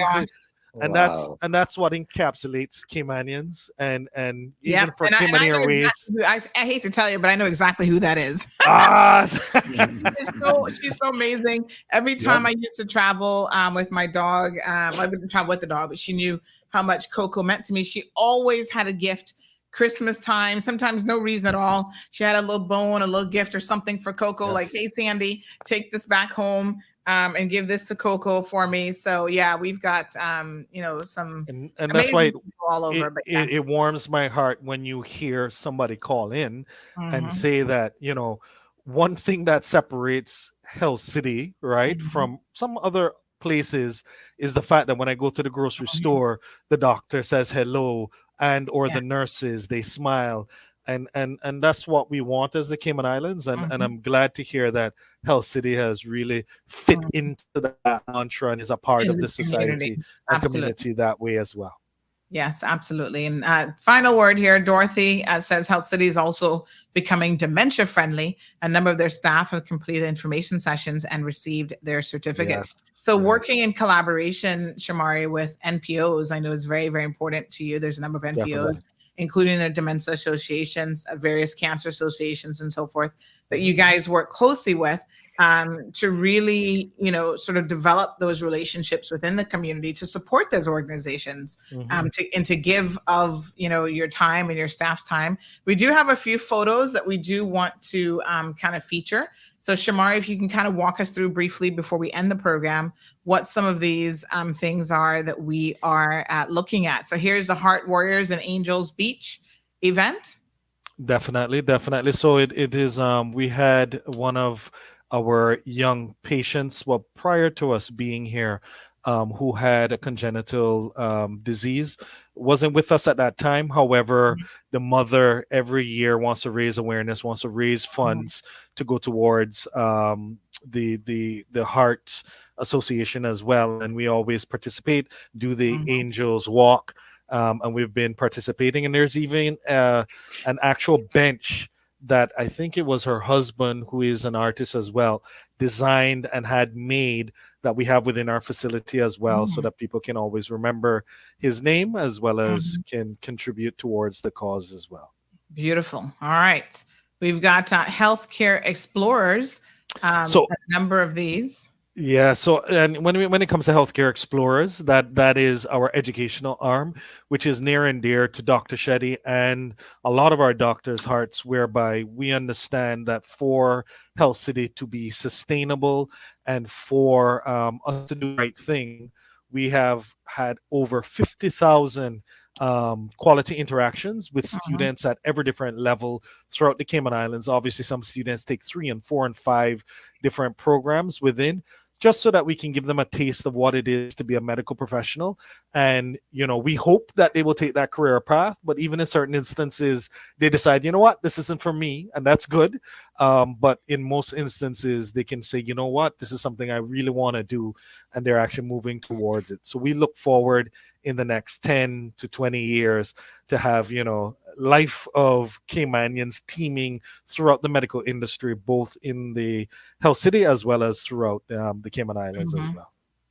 And some of your community screening programs, again, working with a lot of different, whether it's the Lions, the Dementia Association, offering free community screening. Yep, definitely. So we're always, as Dr. Benoit said, looking forward to getting into the community more, to do more screenings, to do more talks, to get people to be more proactive. But also, as he mentioned, if we catch things early, medicine is such now that you can in most instances treat and cure and or give a much better lifestyle here forward based on catching things earlier. So that's one of the events we were at with the Lions Club as well, which does a great job in picking certain disease profiles and bringing awareness long before Health City. And we're just happy to help to engage and enhance that as well. And here's another one from the Addison Kelly Butterfly 5K. Yeah, so we always participate, and there are these great organizations that want to bring around. This one is for mental health, and we always sponsor as well as get a lot of our staff to participate. We don't actually have to pull too many arms for persons to do it. Once we say, hey, there's this race and whatnot, our staff in droves sign up and actually go through it. So it's great to have healthy professionals who also walk the walk as well. Beautiful. Here's the Samantha Purse. Tell us a little bit about this. Samaritan's Purse. So they're Billy Graham, if I recall correctly. It's actually his charitable organization that By the goes way, around. real quick, Shamari, sorry to interrupt you. I got to talk about problem. that because I apologize about it. I know we're going late. This is something that I wanted to mention earlier. I ran into Ruth Graham, who is the oldest daughter of the late Reverend Billy Graham. And she goes to Little Cayman all the time. And as a matter of fact, was at Cayman Islands Baptist Church too about a couple of months ago. When I spoke to her, she had mentioned, and we started talking about different things. And by the way, the pastor there's one is a heart hero also, and a patient of Dr. Benoit's. We got on the subject of that, and she had mentioned she's familiar about the partnership with Samaritan's Purse about getting the heart surgeries for children. Is that? I'm pretty sure correct. that was the connection right there. But she raved about Health City, and that is the eldest daughter of the late Billy Graham, and then Franklin Graham, who's running Samaritan's Purse now. You see him on TV all the time. He is so Samaritan's Purse is a big deal, and I know that Health City was partnered with them in doing a lot of the heart surgeries for kids in like third world countries that are that don't have the proper health care. And I think Dr. Benoit's done several of those too. I think, right? Definitely. So you did the job for me, Dr. Doug. So you're the Magic Johnson of PR. So you gave me a great kiss there, right? But definitely. So we would have made headway with Samaritan's Purse, Billy Graham's charitable organization, whereby they go into other countries and they make sure my computer's about to shut off. Let me tell it no. And they actually raise funds, and then obviously we give much discounted rates to them so that we can give back to the community. And we've actually had more than 1,000 surgeries, life-saving surgeries for kids that otherwise would go without. And we've seen kids from Mongolia and Fiji and Kenya and Bolivia and all over the globe. And even though we have other healthcare organizations that that are within our group, we would have said to them, but why don't you send them a little bit closer to where they are? And they're like, no. We've fallen in love with Health City. We've fallen in love with Dr. Benoit, and we've fallen in love with the entire team there, plus the international team and the host families that are here in the Cayman Islands. We want to send as many patients as possible to you. And the only thing that holds us back is the host families, because they believe in, and it's a part of their organization, and the way to go about it is to have host families that host the kids and the interpreters and the companions. So they can only do as much as we have host families, but they've done a great job getting many host families through the Baptist Church and other churches as well.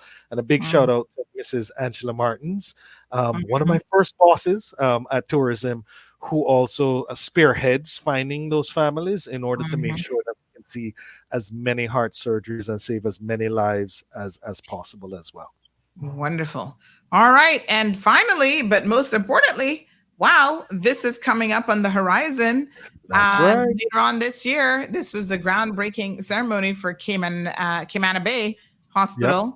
And it doesn't look like this anymore. No, it's the not Health City.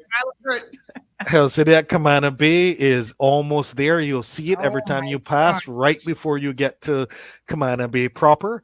And we look Yes. forward during the summer. We are going to have the official inauguration, and obviously, Sandy and Dr. Doug, you all will be invited, as well as Yes. the majority of other individuals who would care to be there.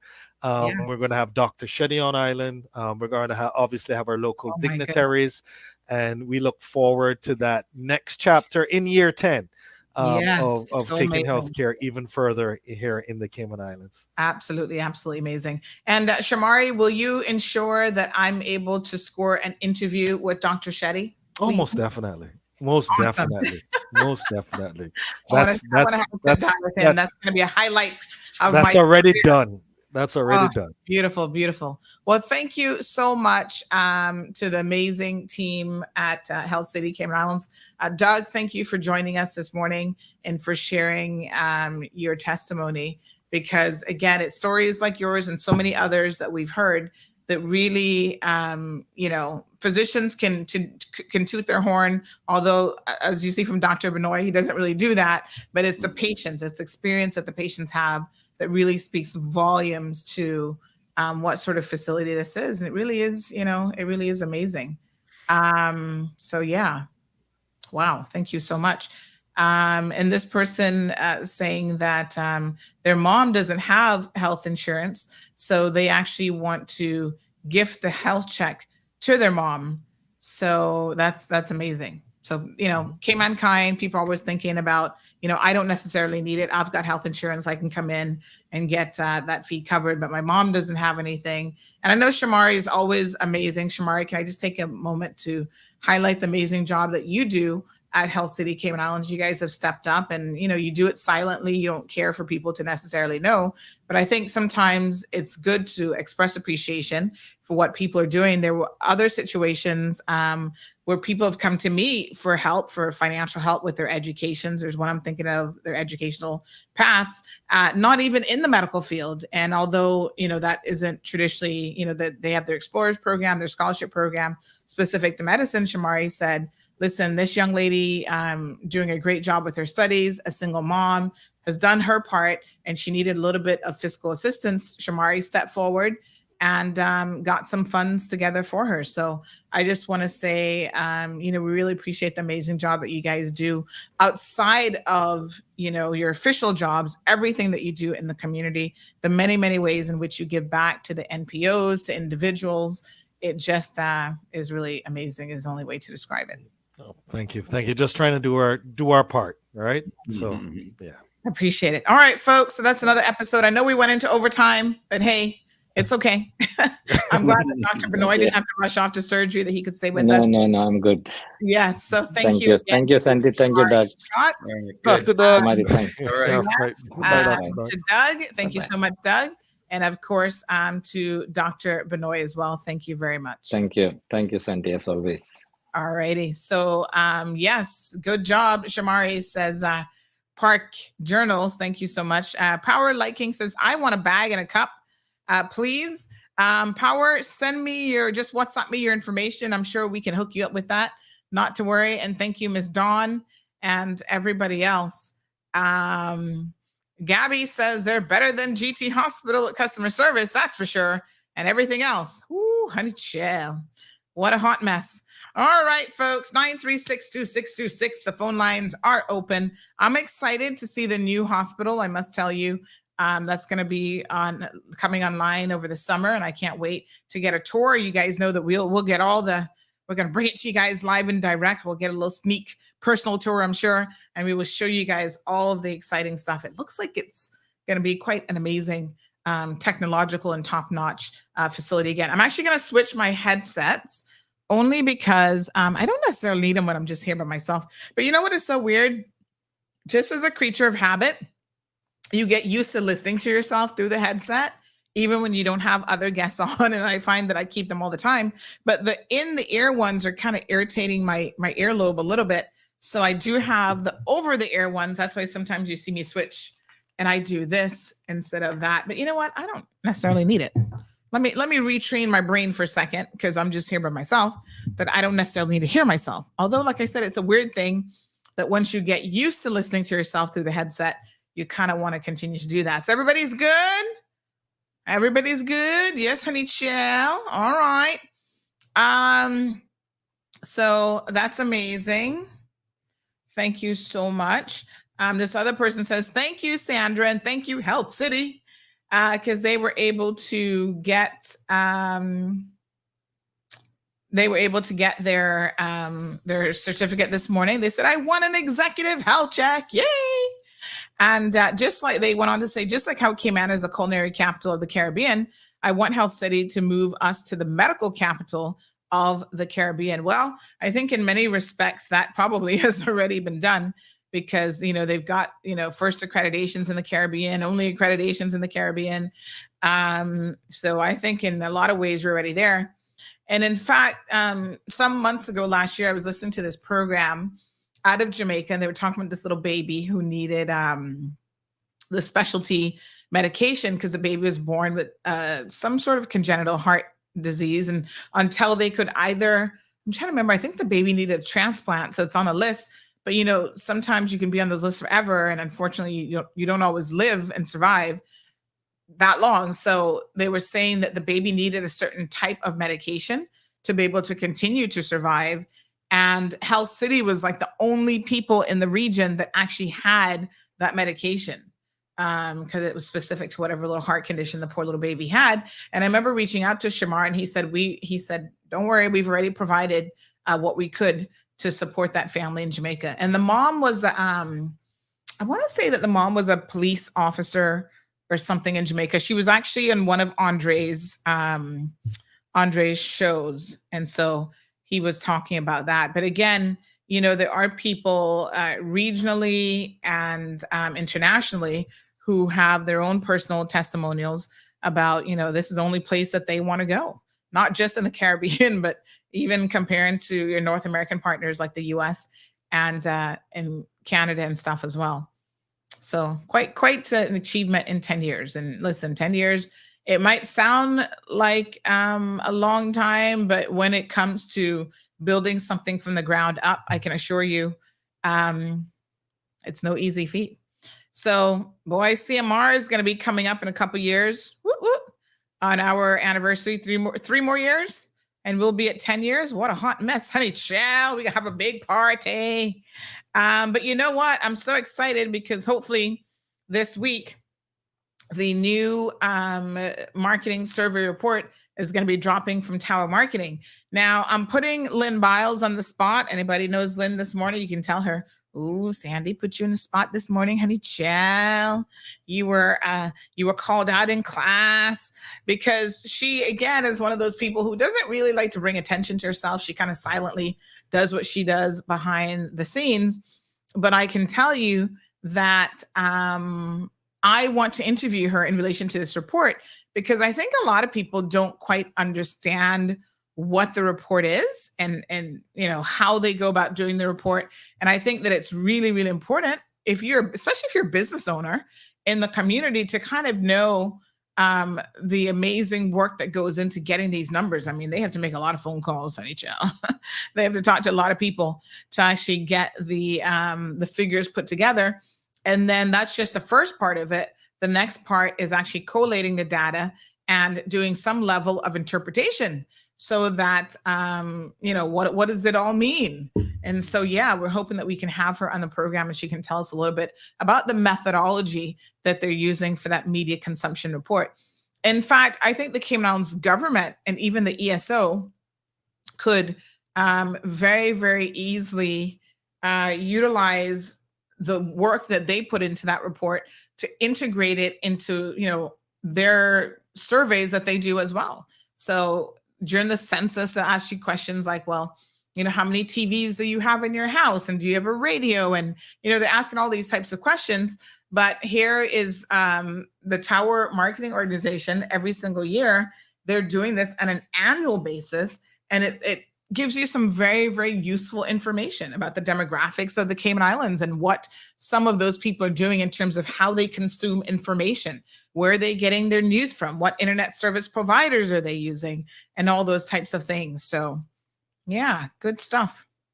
Shaka Zulu says, Auntie Sandy, we have to figure out a way for your swag gear to get to the overseas diaspora to support Loud and Proud. Yes. First of all, I need to do more than just mugs. Let me be honest. And I've been saying this for a minute, but I've got to allocate a portion of the budget to be able to get that done. I've just been so inundated with projects this year. This year has been, I know we only started, but it has been a year of projects, like construction related upgrades and projects for me. It's a new business venture that I've taken on, and like all things that I do, well, most things that I do, I was thinking, yeah, Sandy, you need to find this energy for exercising. Honey chill. Most things that I do, I like to give it my best. I like to give it 100%. And so we've taken on, my husband and I, this new project, and it's an investment in our future, an investment in our daughter's future. And so, I've been working really, really hard at it. Sometimes people will message me and say, hey, do you have a minute? And I'm like, yeah, I'm heading to my next job, but, I'm driving. So give me a call.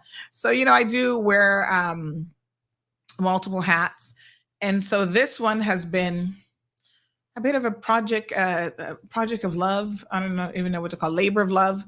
And it's been, if you know me, you know that I don't actually like construction related projects, but this one has really got me building little things and adding on features and upgrading this and that. And I'm now the queen of signage and customer service. And so I actually just achieved superhost status. And this was literally within, what are we in? March. That happened a couple weeks, like last week or something.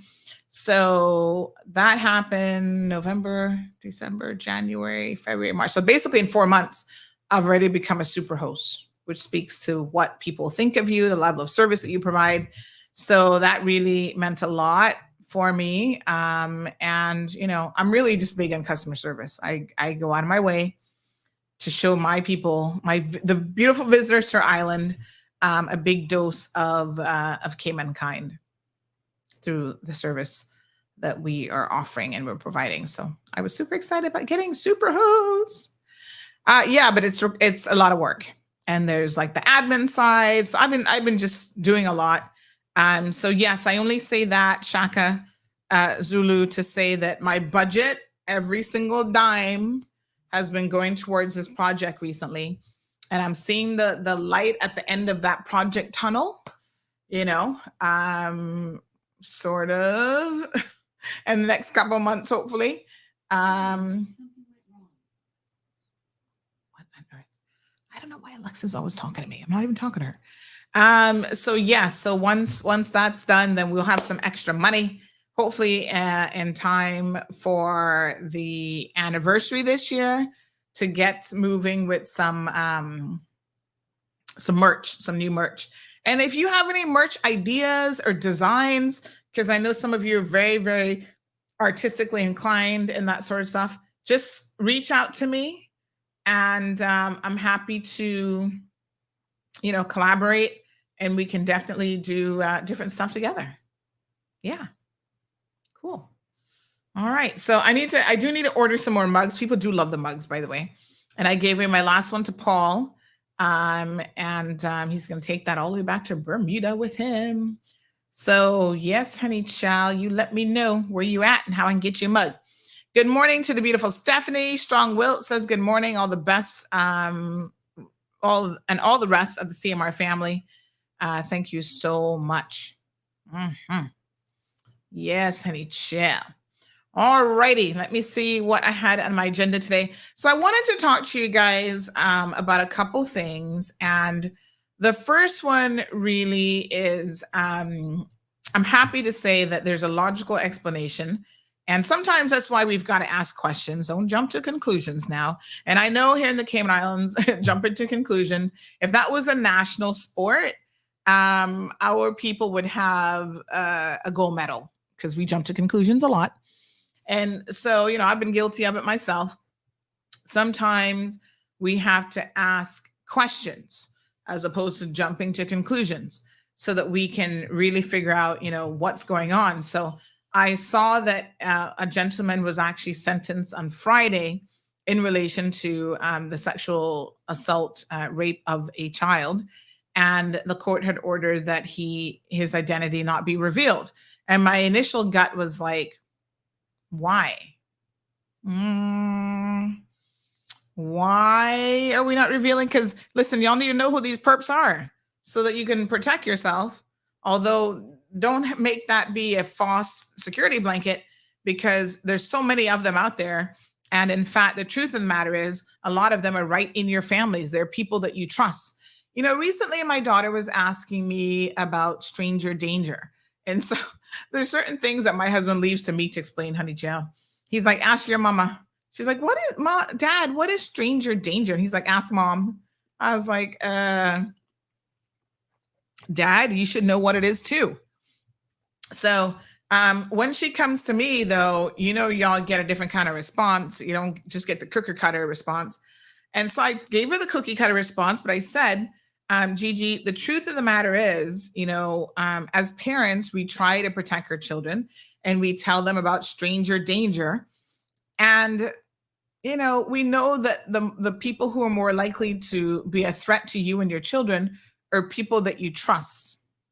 So it's not a stranger. It's the creepy uncle that always gave you the bejeebers that you need to be keeping an eye on.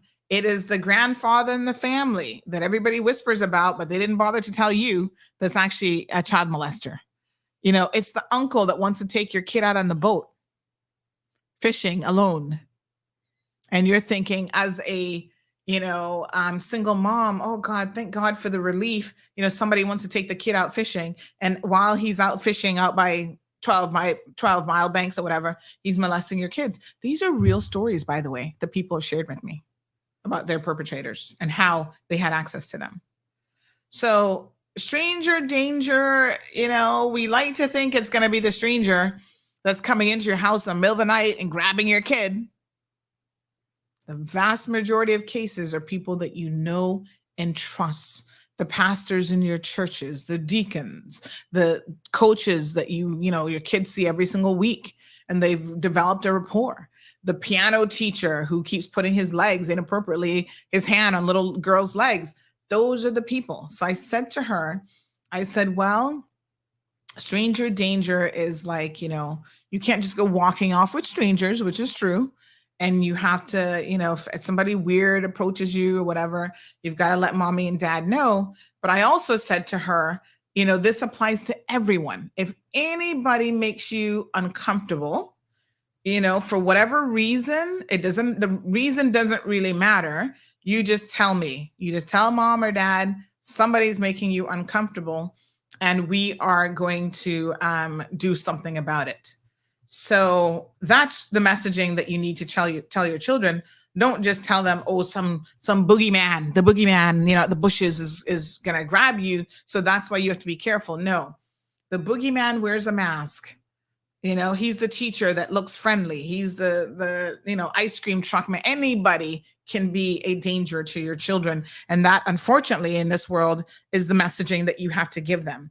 So she was like, oh, okay. She's only 7. So there's only certain things that she can really and truly understand.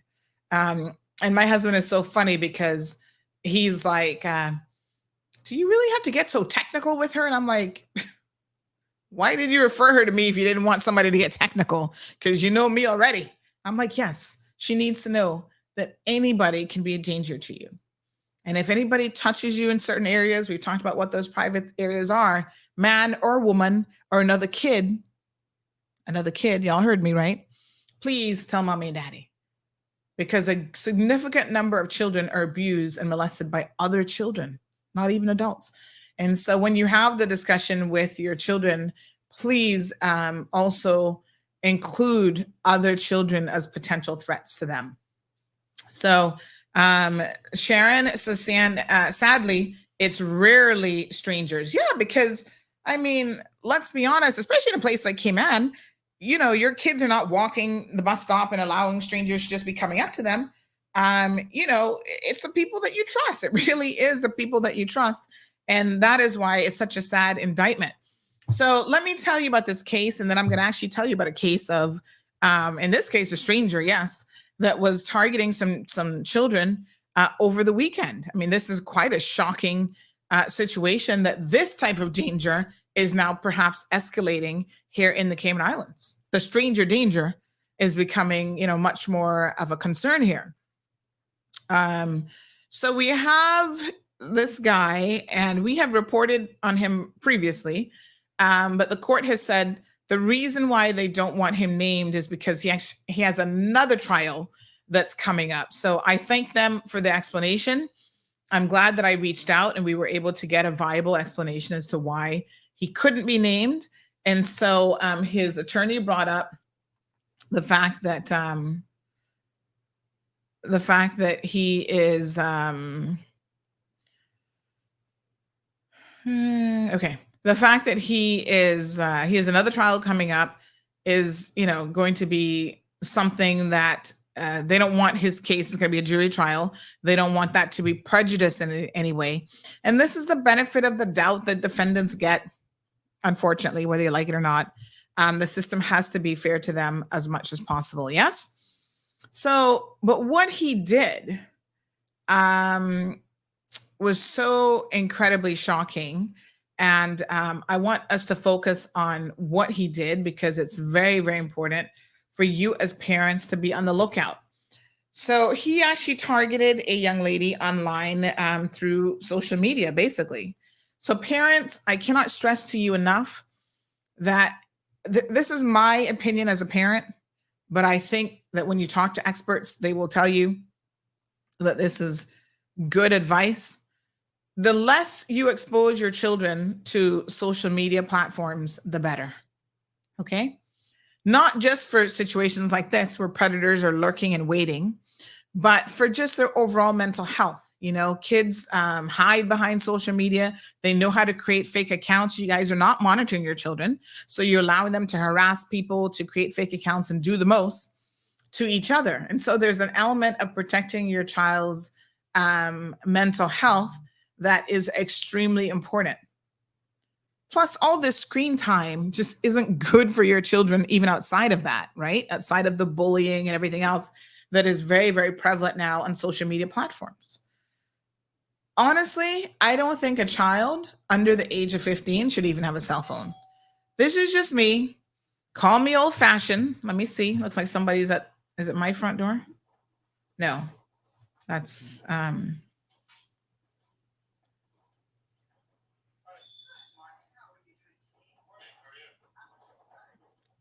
1 second for me. Oh, Lord, Jehovah Witnesses are harassing my guests. Oh, Lord, have mercy. The guy's like, thanks, but no thanks. Oh, it's fine if you're on vacation. We still want to tell you about the good book. What did she say? That what? She wants to ask him a question?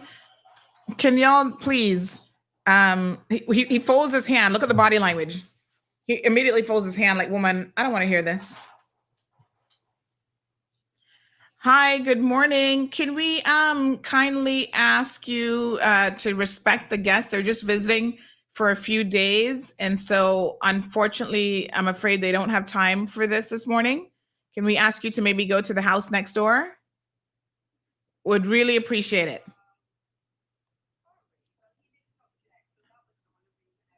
Yeah, he's trying to object as kindly as he can, but believe me, he's objecting.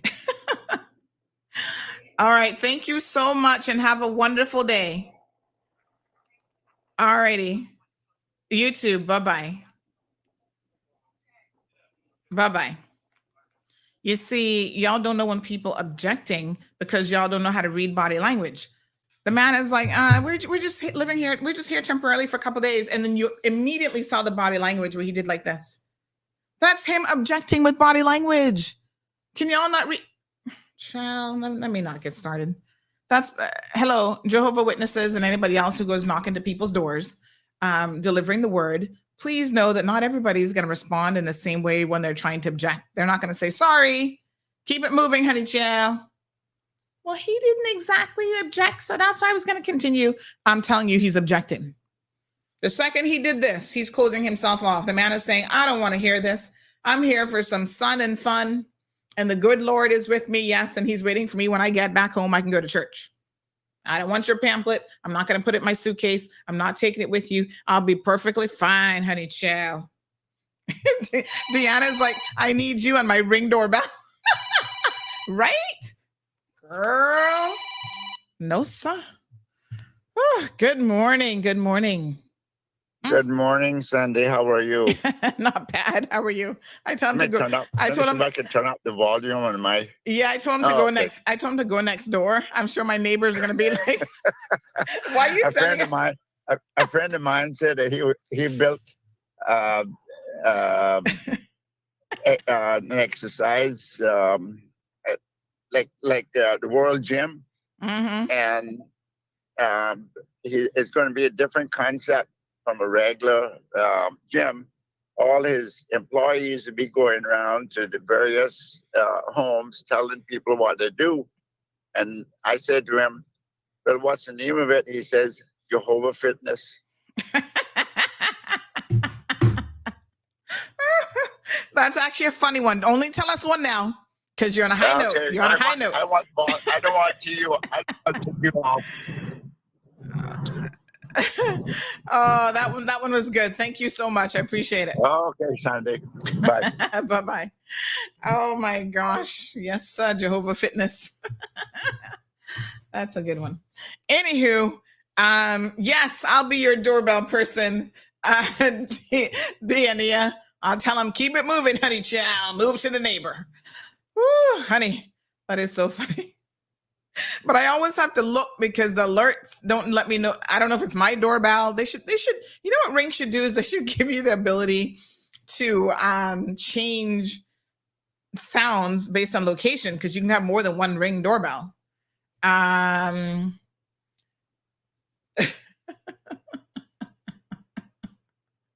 Somebody said, oh my God, he actually told a funny joke.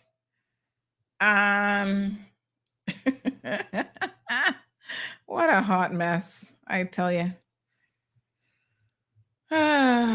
Jehovah. No, sir. Oh, God. Let me message my guest now and say, my apologies. Go and enjoy your cup of coffee. Oh, my goodness. What's her name again? I can't remember now. Y'all got me.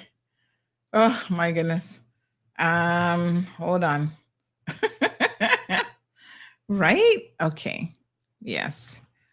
Shall they look at people that even open the door?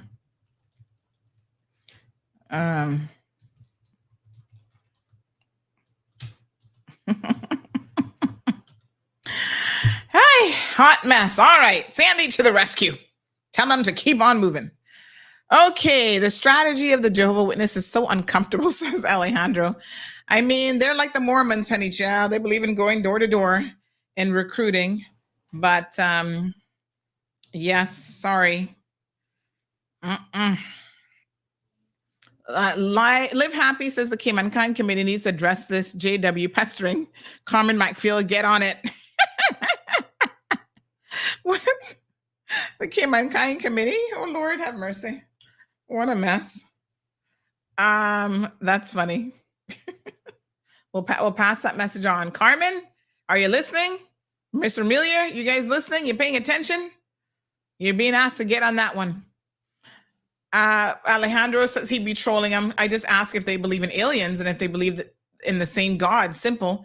And it gets awkward and there's less talk. Oh my gosh. Oh my gosh. Strong Will says Jehovah, wickedness. Lord have mercy. They do believe very different things. I'm not getting into them today, but they believe very different things that don't even make no sense to me. Now, I don't like to question people's beliefs too much, but let's get back to the topic at hand, please. So anyway, let me tell you, Lawrence says that one needs a kaboom. No phones for children under 15. Yes, honey child. I'm old fashioned like that. I don't, no, honey child.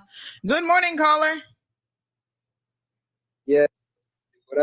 what I was trying to explain right there is I said when they ask me about certain things, if I believe in God and stuff, I ask them if they believe in aliens and if they believe in the gods that we believe in, that they believe in as well. You know, so it reminds me when I went to California for my first time, and my dad and my stepmom wanted to try to get me into the Mormon religion as well. And I was like, you know, it was the way it's always the strangest thing, even up to this day when I think of these things. They come to your house with like a DVD, and they plug it into the DVD player and say, hey, look here, read this, watch this, what we doing. And then it's almost as if they believe in aliens. So I was like, hey, if the Mormons almost believe in aliens, that it was a book that was dropped from the top of a mountain to a man's hand by a Omnia spaceship or something, I mean, doesn't the Jehovah's Witness believe in the same thing too? And all the other, you know? So I always looked at some religions kind of wacky to me. Well, because I believe in my God, and I believe in the God that we all raised up learning in the Church of God and all those. You know, I'm a Presbyterian family, so I just wing it, yo. I believe in God, but I don't know about the religion part. All right, my dear. You know, Thank so, you. yeah. Thank you very much. All right. So somebody said, I got to show you guys this. This is so funny. And I'm actually seriously thinking about getting one of these. I'm thinking, yeah, this is exactly what I need. Hold on here now. Tell me if this is too much.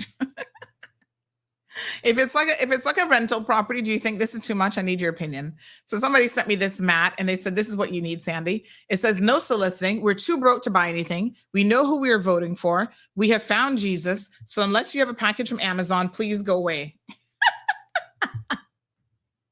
Is it too much? They've got the mat like this, and then they've got the sign like this that you could like put up on the wall. Oh my gosh. I don't know. But listen, I can get the sign on Amazon for $9.99. And I can get a 2-pack. Why is a 2-pack cheaper? Huh? It's the same size?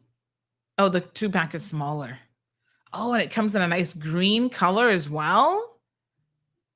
Is it too much? Tell me your honest opinion. Is it too much? I'm thinking about it. They've got a traditional one that says absolutely no soliciting. Do not ring the doorbell for fundraising, politics, religion, no estimates, no salespersons, no charity, no excuses, no exceptions. Oh, Lord, I like this one. Hold on now. I think that we could get this one. Tell me what y'all think. Somebody says, nope, it's too much. How about the red one? I kind of like the red one that says absolutely no soliciting. So I can do the sign. How about that one? Honey, chill. I might just order this. Amazon, scratch. I think I might get this. This is no soliciting. Just keep on moving. Go next door. Yeah. Huh. The mat is funny though, but I think if you get this one's a little bit more serious. Somebody says, no, Sandy, this is what you need. Hold on. Let me show you guys this one because this one is hilarious. Oh my God. Where do you guys find these things from? I'm just curious. Okay. Look at this one. Hold on. But this is a problem. We don't have doorbells anymore. Look at this one.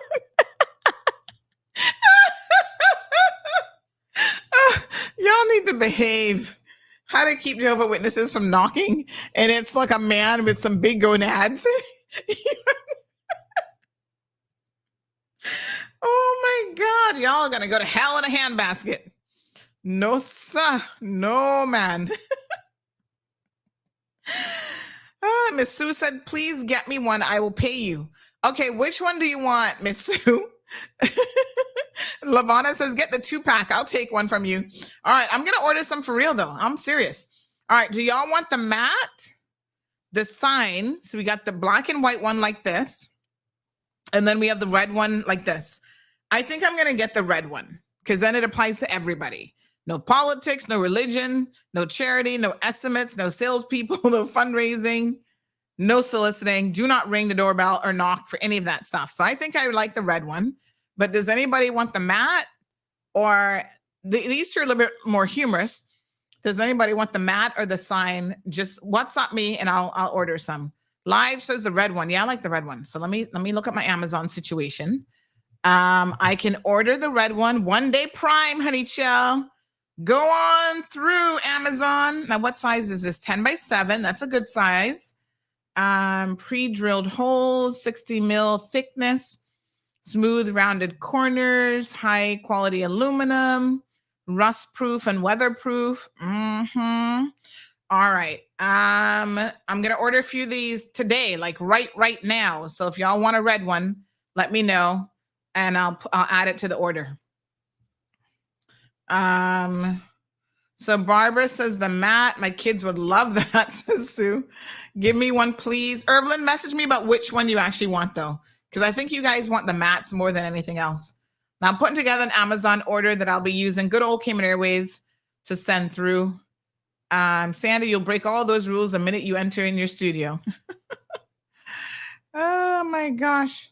All right, send me some. Oh, Larv, you like the red one too. Alejandro says that's disrespectful. Which one? The little nut doorbell? I want the sign too, please. Listen, Let me show you what the options are. There's a couple different options for the signs, but these are the two that I saw just now. So we got the red one, we got the black one. And like I said, I've become the queen of signs recently. So there's a few signs. All right. WhatsApp me what you want so we can get back to the topic on hand. Put on the door and the other one out by the gate, says Stephen. Oh my God. Barbara says, buy it and buy a few extra for gifts. That's really good. Shaka Zulu says, I love it. Oh my goodness, that's hilarious. I tell you, Amazon literally has everything that you could want. They are thebomb.com. Gotta love them. All right, so I'm going to add this to my cart and I'll adjust the quantities based on what you guys come back with. Then they have the traditional little green size that says warning, private property, no trespassing, no soliciting. So if you want something a bit simpler, you could go that route. Yeah, anyway, after hours, after the show, we can look at Amazon some more. All right. So, aw, look at this doggy mat. Oh my gosh, I love this. OMG. Hold on. I gotta show you guys this one. This is so cute. Can I just tell y'all? Oh, you see, this is why I always be getting in trouble at Amazon. They have the cutest little stuff. Oh my God, look at this. If you're an animal lover and you know their family around here, let me show y'all this. And then we gotta refocus here. Y'all have totally got me off my discussion here. All right, look at this. This is so cute. Look. So the first one says, hold on. The first one says visitors must be approved by, and then you put the dog's name and they have the little doggy photo. Oh, is that not the most adorable thing ever? And then we need to knock. We need to know you're here. And then if you have put multiple dogs, look at that. That is so cute. No need to knock. We know you're here and the dogs are going to bark. Good morning, caller. Good morning, Sunday. Would you order me a mat too? Yes. One that states my next door neighbor has better stuff than me. Don't see your mind. Oh my God. Oh my God. They have one that says my next door neighbor is an alien. I don't know if he was serious. Oh my God. I bet you Amazon has such a mat. Oh my gosh. Ugh, what a hot mess. All right. Let's move on. I'll tell you what. Yes, sir. Oh, here it is. The neighbors have better stuff. Here's one that says, before you break into my house, and that has an image of a gun, stand outside and get right with Jesus. Tell him you're on your way. Oh, my Lord. No, sir. Hilarious. This other one says, like a good neighbor, stay over there. Oh, my goodness. All right. Refocus. Refocus, folks. Refocus. We were talking about something very serious here, and y'all just got me all off the rails. Strong Will says, Sandy, you're killing me. I know, right? Y'all need to behave now. Okay, back to children, our most important topic ever. So parents, please decide when your children should have a phone. And this is a discussion that you should have early on, because let me tell you, even at the age of 7, these children are like, oh, can I have a phone? I'm like, no. What does a 7-year-old need a phone for? Pray tell. What will you be doing? But these kids, they're growing up in a very advanced, technologically advanced world, and they feel like they need these things, and their friends have it, and their schoolmates have it, and they're going to be asking you questions. And you just got to make sure that you know what the game plan is, and you stick with it. All right? So for us, no phones and anything like that until you're 15. No makeup either. So sorry. You know, there's certain things that we can really be putting our foot down. I'm a little bit like, I'll do like a little lip gloss and whatever.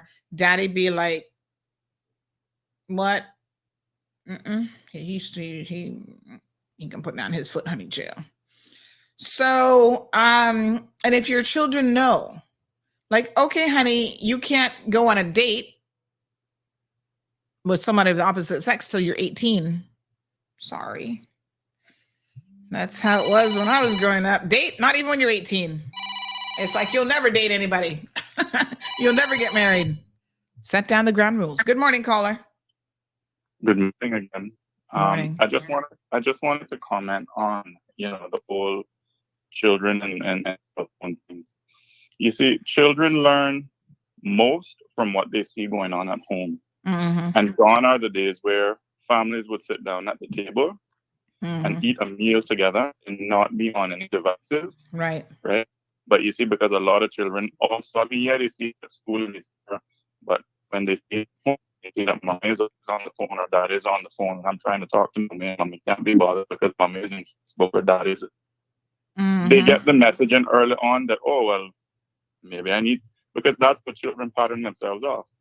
What mommy and daddy does. I just thought I'd throw that in.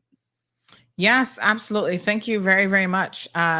So you're absolutely right, caller. There's nothing better than living the example. Words don't mean nothing. And in fact, I was copying let me show you some of the, I like these little motivational things, which I like to put up sometimes on social media. But there's one here that really struck a nerve with their more recent discussions with about our MPs and so on. And it definitely, let me just see if I can, here we go.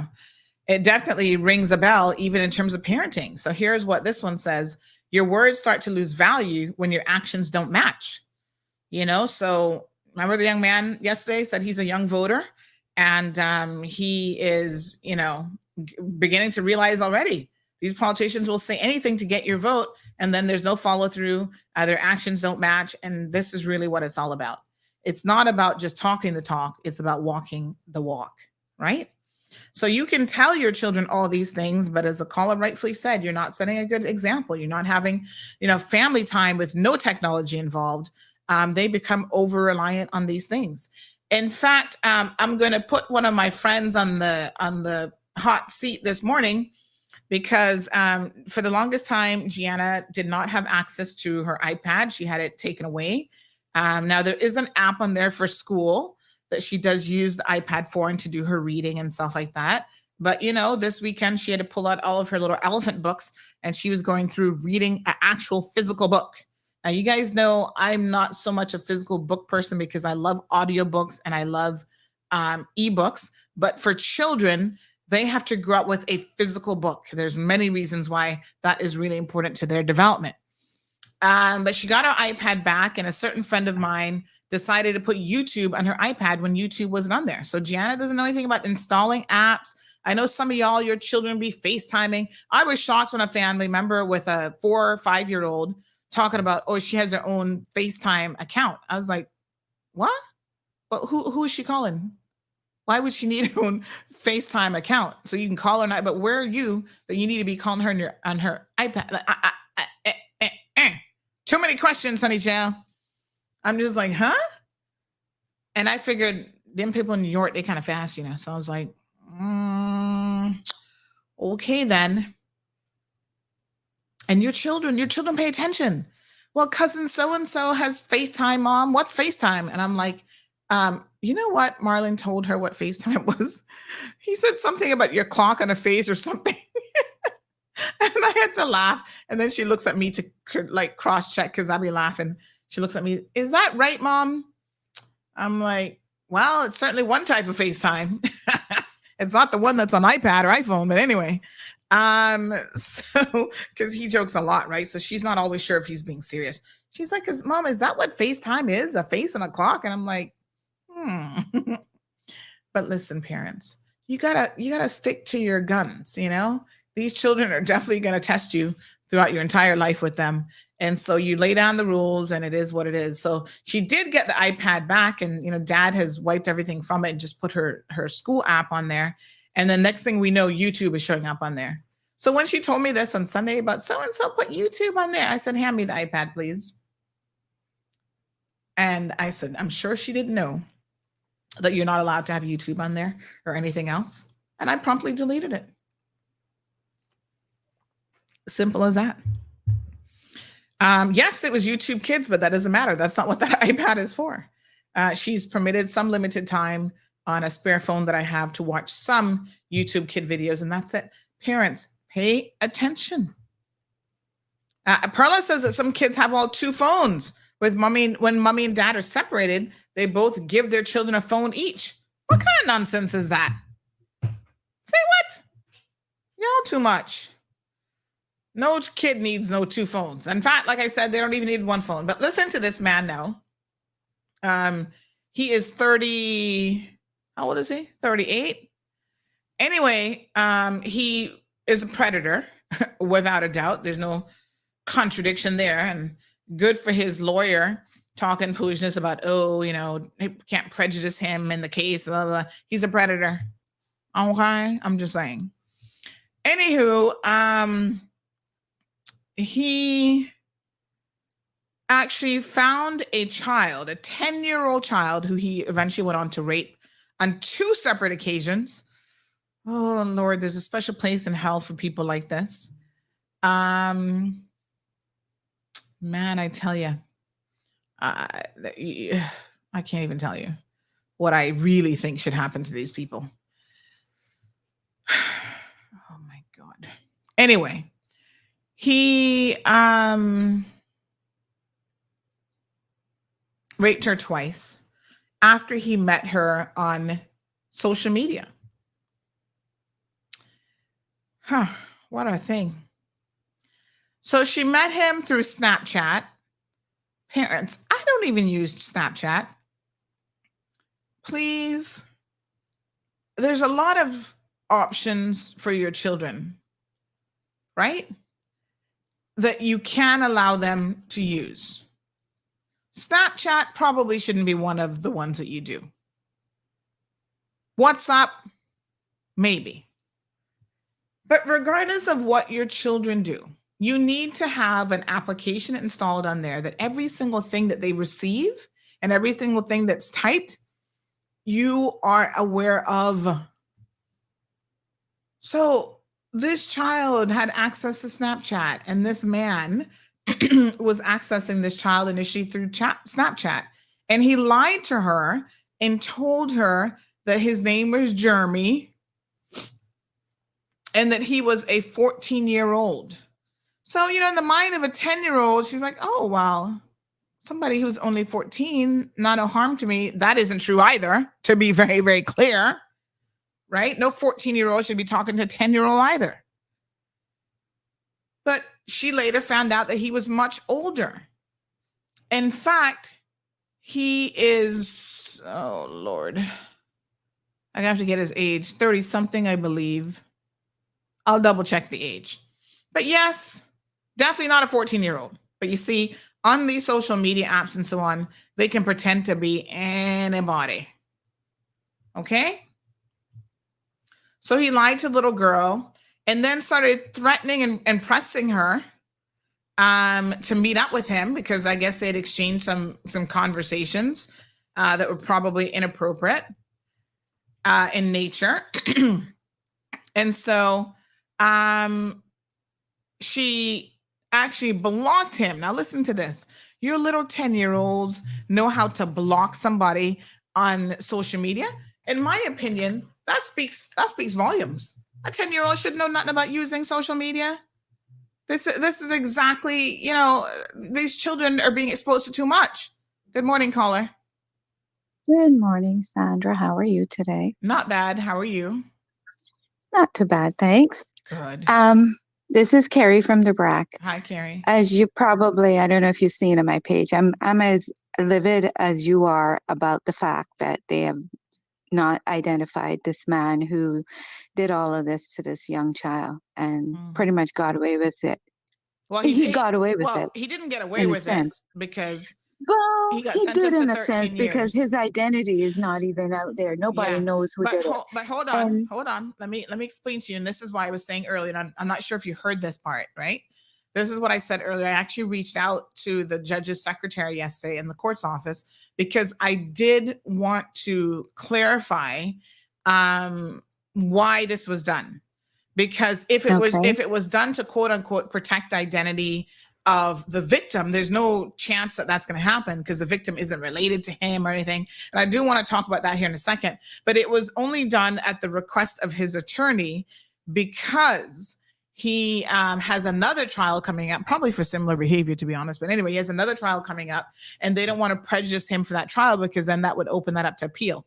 So let the other trial go forward. And hopefully he'll get more time added on, and not to run concurrently, but they need to start adding on to the tail end of sentences. Let that trial happen, because what the court has said to me is at that time they will reconsider, depending on the outcome, I guess, of that. And there's no pending appeals or whatever. They will reconsider naming him and allowing the media to name him. And you better believe we're going to be following up on that. Please do, because that is only sending messages to those out there that are doing it, that you can do it. You can technically, your identity can get away with doing it and be secured even after you've done it and been found guilty and whatever. That if that is the reason, then I will wait, because that would make sense as well, as you've stated. But at the end of the day, like you've said, and I've always felt the same way, it's a mutual feeling that hiding their identity is not in any way going to identify the victim. Protecting these people or not releasing them, their identities, in no way going to be any problem for the victim. So I don't understand why we constantly feel that there is a need to do that. So let's see how this works out, and I'll keep on it as well. So I know I check your page to see if you update stuff, so I'll know what's going on. Yeah. Thank you so much, but he needs to be identified. Thank you. Most definitely. Thank you very, very much. And so, yes, I personally will be keeping an eye on this situation, because I could not agree more. So the reason that they've given is a legal reason, fair enough. And I'll be keeping an eye on his further trial. And once that's over with, I'll follow up with the court and make sure that we can name him.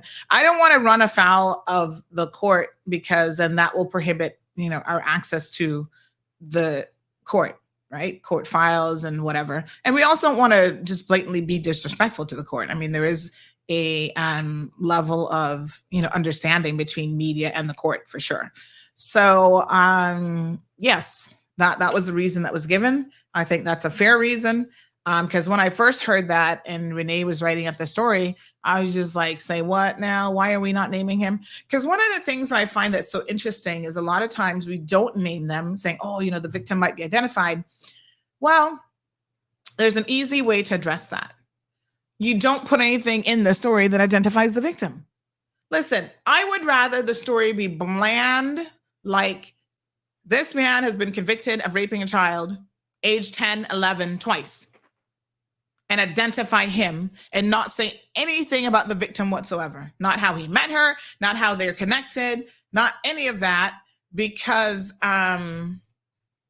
you know, at the end of the day, it is more important to know who these people are for the sake of the community. Now, this guy, he poses a very clear danger, right, to other children.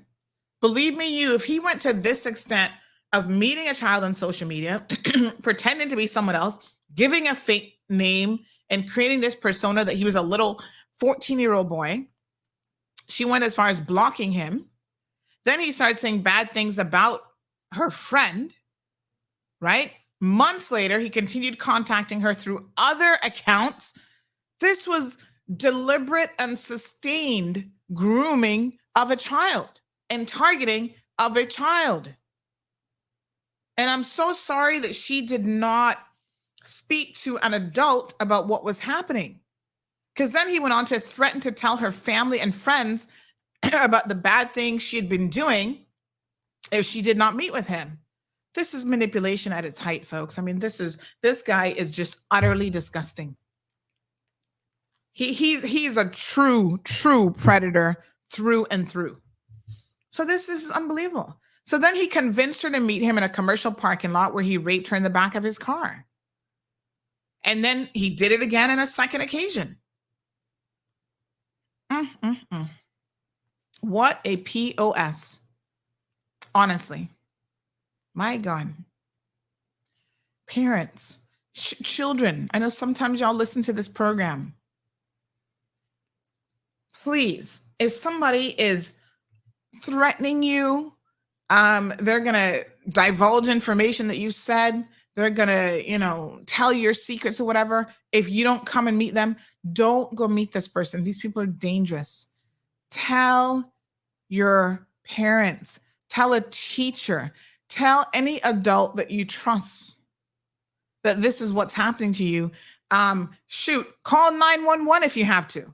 If you don't have any adults in your household that you trust for whatever reason, or you don't feel like you can talk to anybody, pick up the phone. Y'all got phones, obviously. Call 911 and say, this is what just happened to me. Please, I need help. Do not get in a vehicle with these adult men. Don't allow them to lure you into the bushes in the neighborhood, into their rooms. A lot of people live in tenement yard situations, so they're right there constantly with their googly eyes on you and tell you, oh, come into their unit, come into their apartment. Listen to me. Don't do it. Speak to someone that you can trust, because these people mean you no good and they are going to harm you.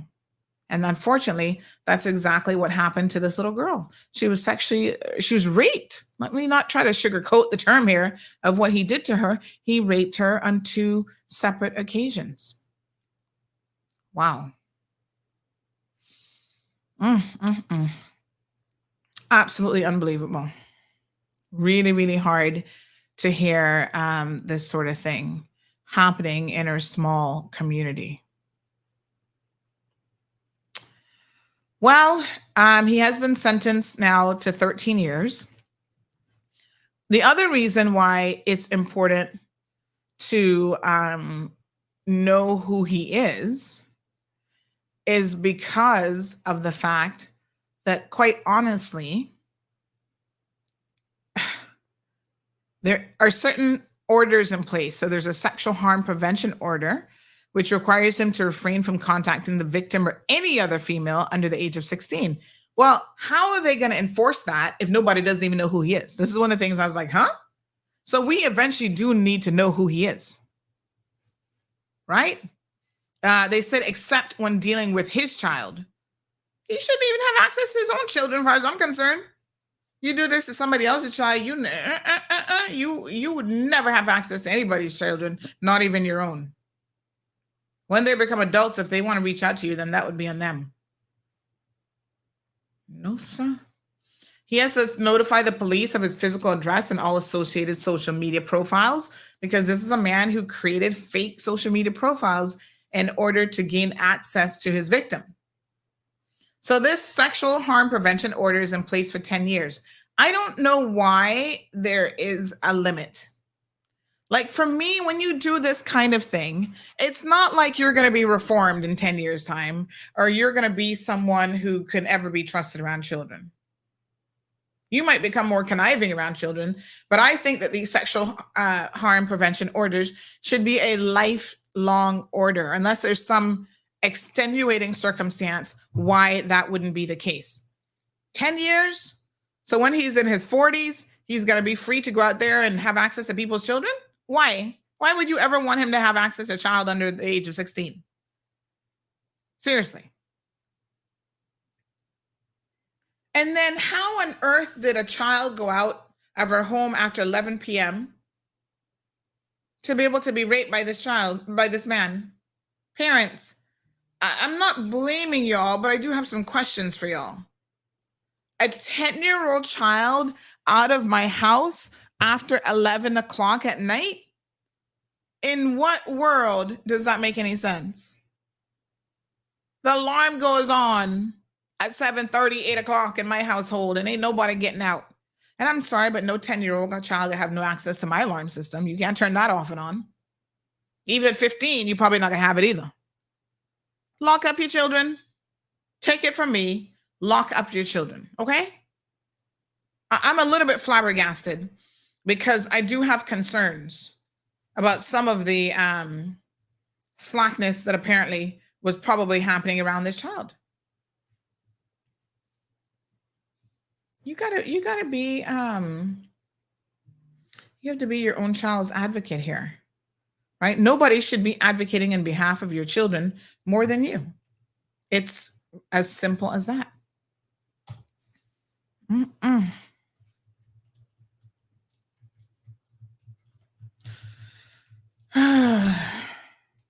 No, sir.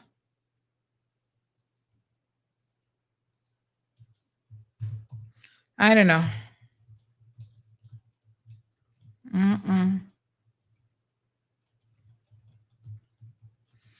All right.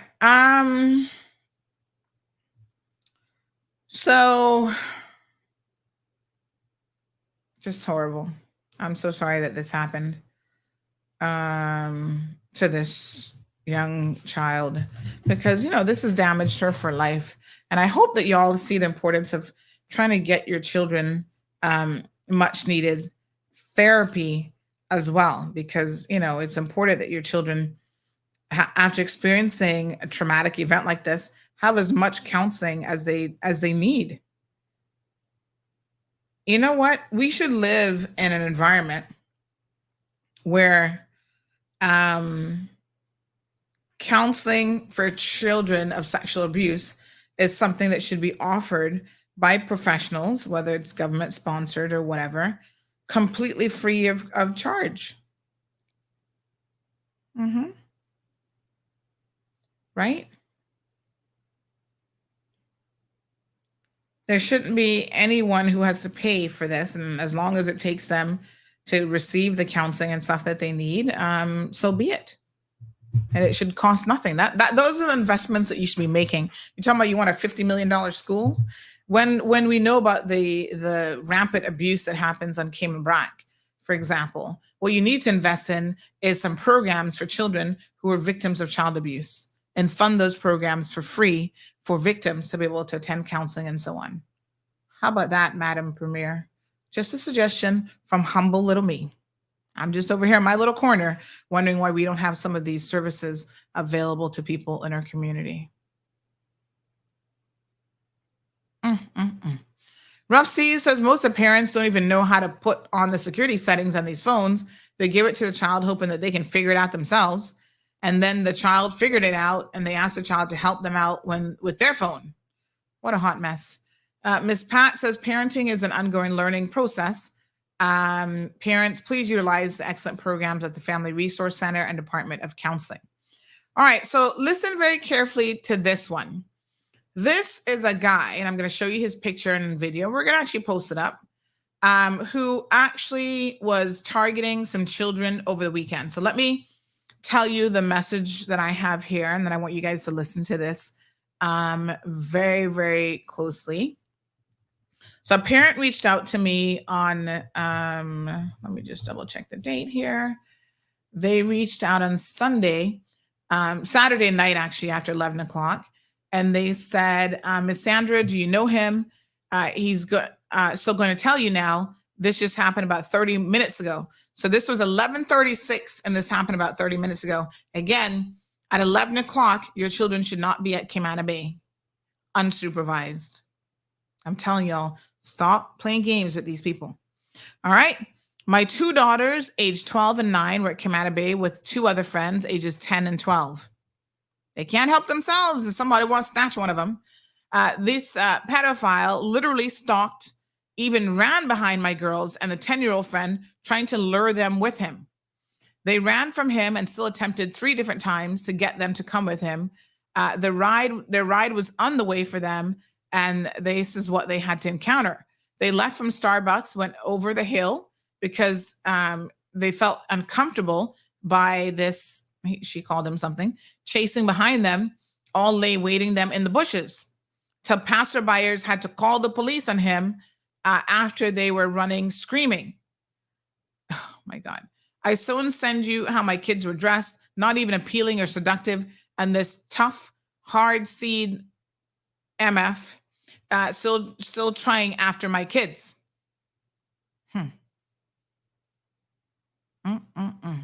And we do have a video and stuff of him sitting in the police cruiser as well. So I'm going to post all of this stuff up. Folks, the police let him go with a warning.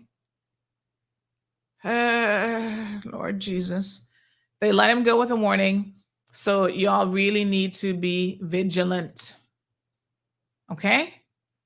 All right. So the mother actually sent a voice note. She sent a picture of the kids. I'm not going to show the children. They all, with the exception of one, she had a little midriff showing, and I know her situation that she's coming from. Lord Jesus. Lord, please. Our people got to do better with these children. Oh, y'all need some prayer, and you need some good practical stuff to do better. Anyway, don't compromise your children for anything in this world. So listen to this voice note now from this parent. And yeah, no, I'm not going to show the kids. She was asking me to blur their faces. I'm not going to show them at all because it doesn't really matter what they were wearing. To be honest, this guy's a perpetrator. All right. So listen to this, folks. This is the message from the parent on what happened.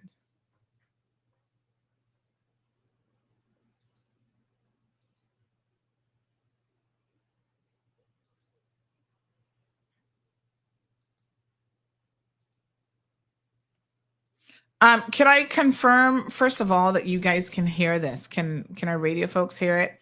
And can our social media folks hear it? Just let me know if you can hear it, because I want to make sure that everybody actually hears the voice note that I'm playing. No audio on YouTube. All right. In that case, give me one quick second. Let me perhaps make a little bit of an adjustment. I think I'll change it to chat in this setting. All right, I'm going to start it again, and then tell me now if you can hear it. Yeah, so Miss Sandra, my dilemma with this and ask the man where the police can't even release or disclose his name. This man legit about between 10:20, 10:30, this man was basically stalking my daughters and her friend from Camana Bay. So it started all the way from Starbucks, Camana Bay, crossed the bridge and it out by Burger King, West Bay, where one lady, and I thank God for her that work at the airport, she had to call the police because this man was persistent on these children, that she had to ask these children if all right, so this man, and when they say no, it's how it reach the police hands. So in a way, this man, it start from Starbucks. Children always going to Camana Bay and whatever. And like I say, my children need their freedom. They need their level of trust. They need to be shown that they're respected as well. So my apologies. I understand that it can't be heard on radio.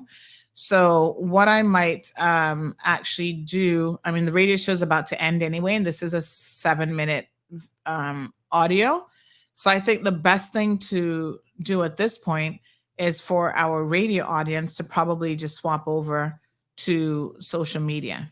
So again, I'm going to invite our radio audience, because the show is about to end anyway, to please just swap over to social media, and you can then hear this for yourselves, okay?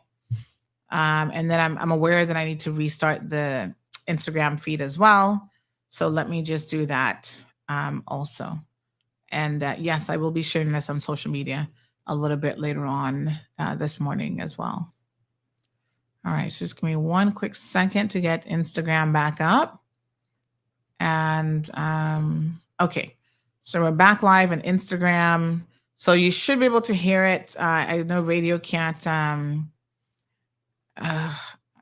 pick up on this for some reason, but go ahead and switch over our radio listeners to social media, Facebook, Instagram, YouTube. And the rest of you who can't join us now, please check our social media platform a little bit later on to hear this full story. And please be careful out there. Okay, radio folks, have a good day to everybody listening on the radio. Let's continue on social media. All right, so here we go. Let me see here now. So I'm going to rewind and restart. Yeah, so Miss Sandra, my dilemma yeah, with this and asked the man where the police can't even release or disclose his name. This man legit about between 10:20, 10:30, this man was basically stalking my daughters and her friend from Kamana Bay. So it started all the way from Starbucks, Kamana Bay, crossed the bridge and it in up by Burger King West Bay, where one lady, and I thank God for her that work at the airport, she had to call the police because this man was persistent on these children, that she had to ask these children if they know this man. And when they say no, it's how it end up reach the police hands. So in a way, this man, it start from Starbucks. You know, children always going to Kamana Bay and whatever. And like I say, my children need their freedom. They need their level of trust. They need to be shown that they're respected as well. My generation, when I grew up in, we couldn't do half of what these children do nowadays. So it don't even matter. I don't want to hear nobody talking about, oh, what children don't come on a bit by themselves and no parents there, no nothing there, whatever. My children went there with an adult and the rest of their friends. It was a group of 4 of them. However, one of the parents that was there with her child and the rest of the kids, she left earlier than expected, and she made sure that these children called the parents, us, to pick them up. Anyway, back to this now. My 2 daughters and their little friend, one of them in the Seams class, they went to Kamana Bay, just walking around, doing nothing, not even watching a movie, just to get a little outing. And this is a regular thing for them all the time.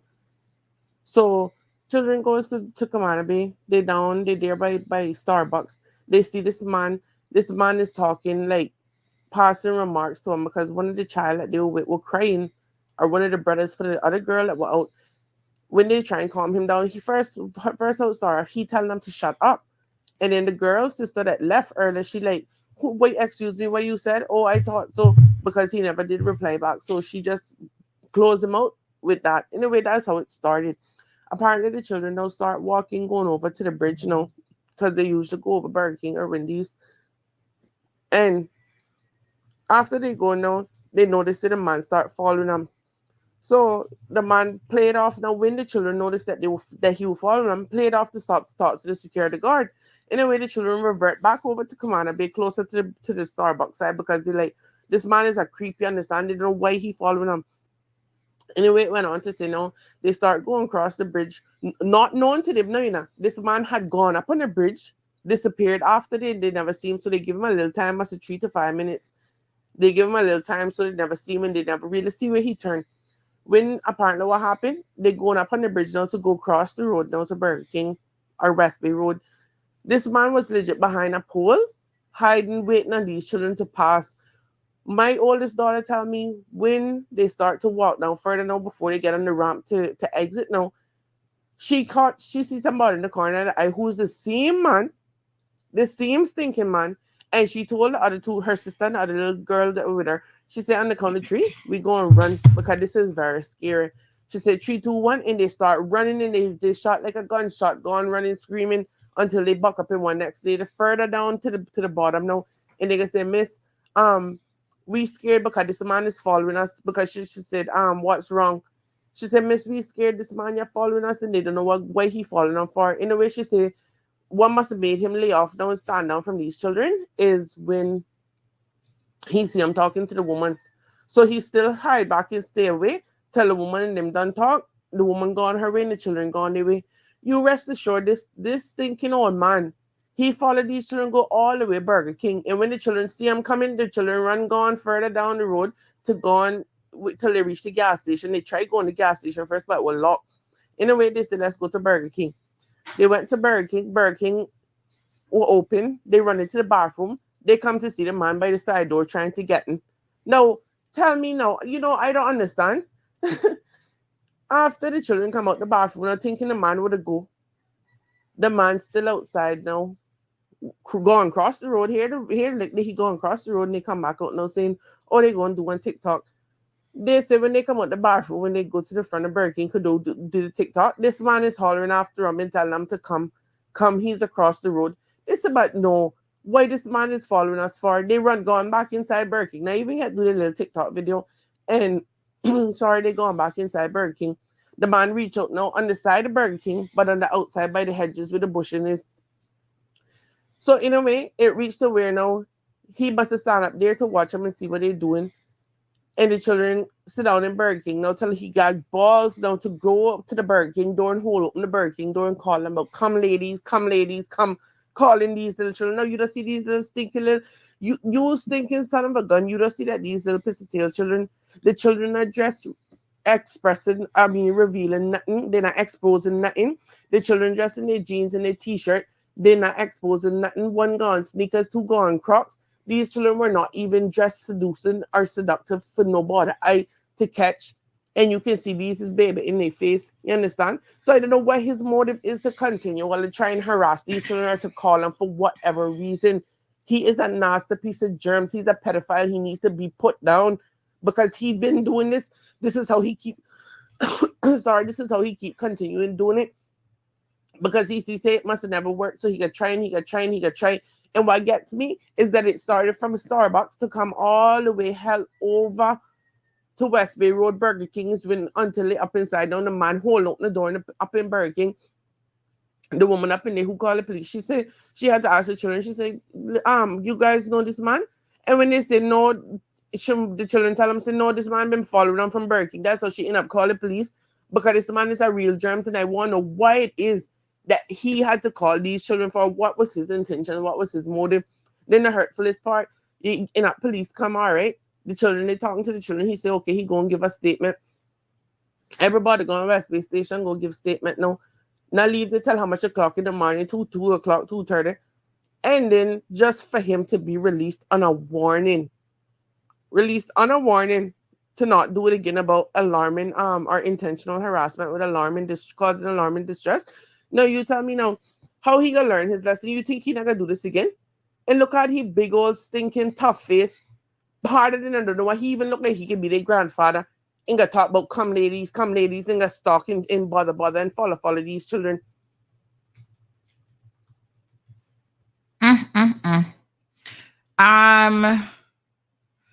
Yes, folks. So that's him. That is him there. To be very, very clear. This is really, really disturbing because it looks like he was deliberately targeting these children. So there are a couple of things that are worth noting here. She did say that this happened about 11 o'clock, and the police were called, and they had him in the police cruiser and stuff like that. I am a little bit concerned that children at this age would be out of their house at 11 o'clock. Listen, let me be very, very frank here. I don't really care why. If other parents were supposed to be, and this is why y'all don't trust your children with just any and everybody, somebody else is supposed to be there minding these children. Oh, they had to go. So they called and said, yeah, come pick up the kids because we got to go. No, honey child, what the fuck? I'm sorry, but what? This is why I don't trust other parents. I don't know what is okay with them and what is not okay with them. This not gonna fly with me. You don't all of a sudden have to go somewhere like, 11 o'clock. I'm gonna turn into, I don't know, some kind of pumpkin or whatever. The silver shoe just fell off. I gotta hurry up and run home and leave your children there to fend for themselves. Even if you call the other parents, you need to stay with them until they arrive. So there's a lot of slackness that really went on in this situation. I'm going to be honest with you. I don't believe no children ages 8, 9, 10, or even 12 should be out of your house at 11 o'clock at night. No, no, and no. Good morning, caller.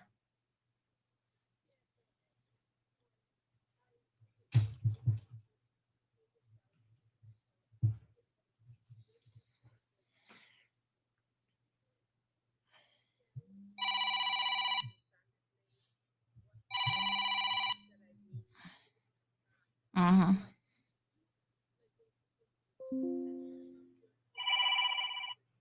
Uh-huh.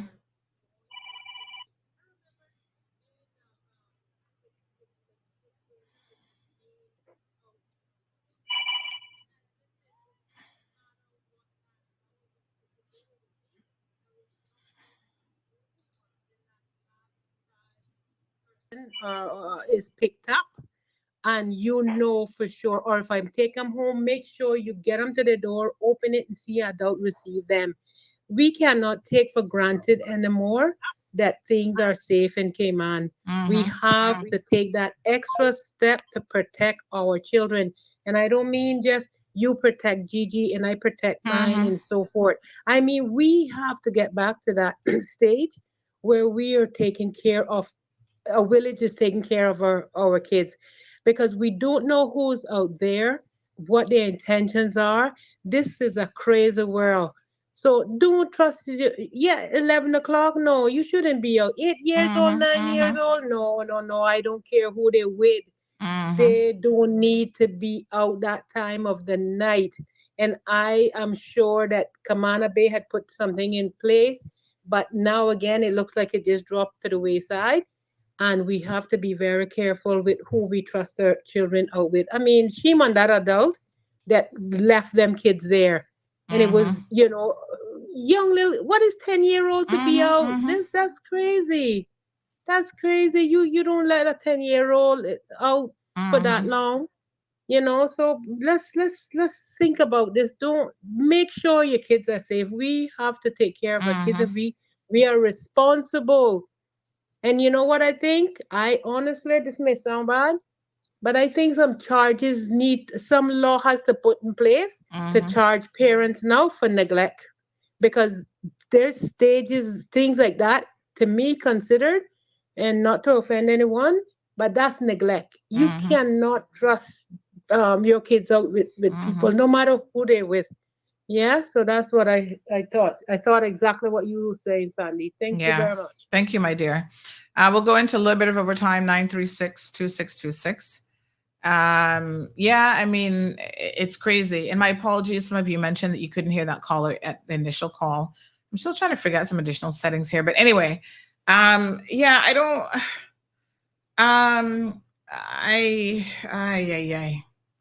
So listen, you can't allow any and everybody to be, oh, you'll take the kids, I'll do the pickup. I'm sorry, be a helicopter parent. If that's what it takes to keep your children safe, be a helicopter parent. Don't feel any way about it. Allowing children to go from Cayman Bay over the bridge to Burger King, supposedly doing a TikTok video and then come. No. Y'all give me Aunt Lottie vibes. No, you know. Trust me. Aunt Lottie would have you locked down. First of all, you're behind, not going nowhere without her. Let me be very, very clear. She gonna have you locked down from 8 o'clock at night. Any activities you're doing that inside your damn house with adult supervision even then. No, sir. Good morning, caller. You have a comment for the show? No. The one that was just convicted on Friday? Yes. No. Don't say it. because we don't want to get in trouble with the court. And the problem is he has a trial coming up. So this could potentially impact the outcome of that trial. But let me ask you something. Obviously, you know who he is. Do you have any contact with him in terms of, was he a former friend? I'm sure he's not a friend anymore.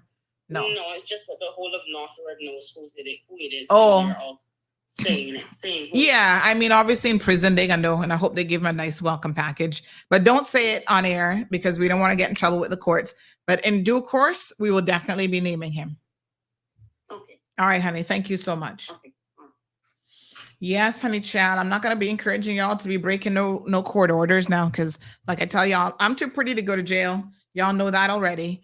And I can't be in jail doing a talk show and trying to fight for people in this country. So Sandy ain't going to no prison now, folks. You understand me? All right. But we gonna name him. Time. As they say, time longer than rope. So give it a little bit of time. Let the other trial, hopefully he'll be found guilty with that too. I'm not even sure what the circumstances of that are, but it's probably another child case or child molester case or something. But yes. So folks, you know what a helicopter parent is? You're hovering over your children. I would much rather y'all be a helicopter parent than to put your children in danger like this. Walking over a bridge, 4 little girls by themselves. Oh, hell to the no. Good morning, caller. Good morning. Morning, dear. I say, boy, these people not easy, but they say, don't why call them. But when I had my kids small, I never make them go nowhere with nobody unless I was there. And my daughter didn't used to do no sleepovers. That's and right. During the week when they had school, 8 o'clock was the latest that they would go to their bed. Maybe weekend we would leave them till 9. But what them 8 children that I say 11 in the night, they must have done had 3 naps and wake up. Man. And the days when they were going to school and stuff wasn't like now that we have all happening and all of these child molesters and whatever wrong, no, son? Yes. And then they said about freedom and whatever. Yeah, but they gain on freedom to get in problem. Yes. I tell you, we know what, and then whoever that adult was, then you can't trust them, because if that were me, like Ms. Darlene said, if they didn't come for the kids and I had to leave, I was going to take them and make sure that they get out of my hands safe. I wasn't going to leave them unattended about calling parents to come for them. I want to take them to where they stay, because if they're friends, they should know where they stay and whatever. And I would take them and make sure, like you say, they get into the door and get into some adult hand before I leave them. I mean, right is right and wrong is wrong. It's what it is. Yes. We living in perilous times now, and it's not the world, it's the people that we're living in it with, and you ain't gonna change them. They say people are people, and you can't change them. So, all right, my dear. Thank you so much. I appreciate it. John LaRue says that they don't need freedom at 10 p.m. at that age. And I agree. I really agree. I mean, you know, yes, you want your children to be able to go out. And I understand that sentiment. They need to socialize, and that's how they learn to have, you know, relationships with their friends and whatever. But honey, child, there's a cutoff time. You go to the early movie, you know what time that's going to end. If you're getting a little bite to eat, at a certain time, you got to be out of there. And at no point in time should children ever be left with just children by themselves, especially 4 little girls. My God. You know how easy it would have been if he was really motivated to just grab one of them? Damien says, can anyone identify this piece of shit? Ms. Darlene says, Sandy, parents and guardians also need to be more vigilant towards their children when they're in public places. That includes our beaches, because the creeps are all over. And thank you, Darlene McKenzie, for bringing this point up, because we've actually had cases of little girls in the water right at Smith Cove. Remember the guy got in there and started molesting them and feeling them up? Listen to me. Pay attention, parents. Y'all need to pay attention. Under no circumstances should your children be in the water or on the beach and have anybody close enough to them where they can be touched. You understand what I'm saying? My daughter goes to the beach. She has on her little bathing suit. The only person that can hold her and touch her is her father. And if I'm in the water. right? The only other being that can come in proximity of her is the dog. Zeus can swim around, and that's it. No other person needs to be close to children where their hands can reach out and touch them in any way, shape, or form. Because underneath the water, this man was molesting your children right at Smith Cove. Pay attention when you hear these stories. These stories are an eye-opener on exactly what is happening in our community. And so you have got to put whatever measures in place, whatever barriers in place that you can between your children and perpetrators, because the perpetrators are there just waiting for an opportunity. They're opportunists. And all they're looking for, folks, is one singular opportunity to come at your children. Damien says the security guard should have his picture and others on their phone, not allowed on property. And we're going to reach out to Camana Bay because he was arrested by the police, or in police custody, I should say. And then they let him go with a warning. Excuse me? These types of things, stalking children, should be more than a warning. That should get you hauled in before a court of law. And yes, they need to have his picture up to make sure that anywhere you see this man, let me show you the picture now again, honey chill, commit it to memory, screen grab it. Anywhere you see this man, please know that he is potentially a clear and present danger to all children. I don't even know who he is. Anybody have any clue who he is? So Debbie, she did call the police, to be very clear. Misty says, no, ma'am, sorry. Myrta, good morning, says, we're the guardians of these little girls, 10 p.m. at night, actually 11 o'clock at night. No way 10-year-olds should be left unsupervised, period.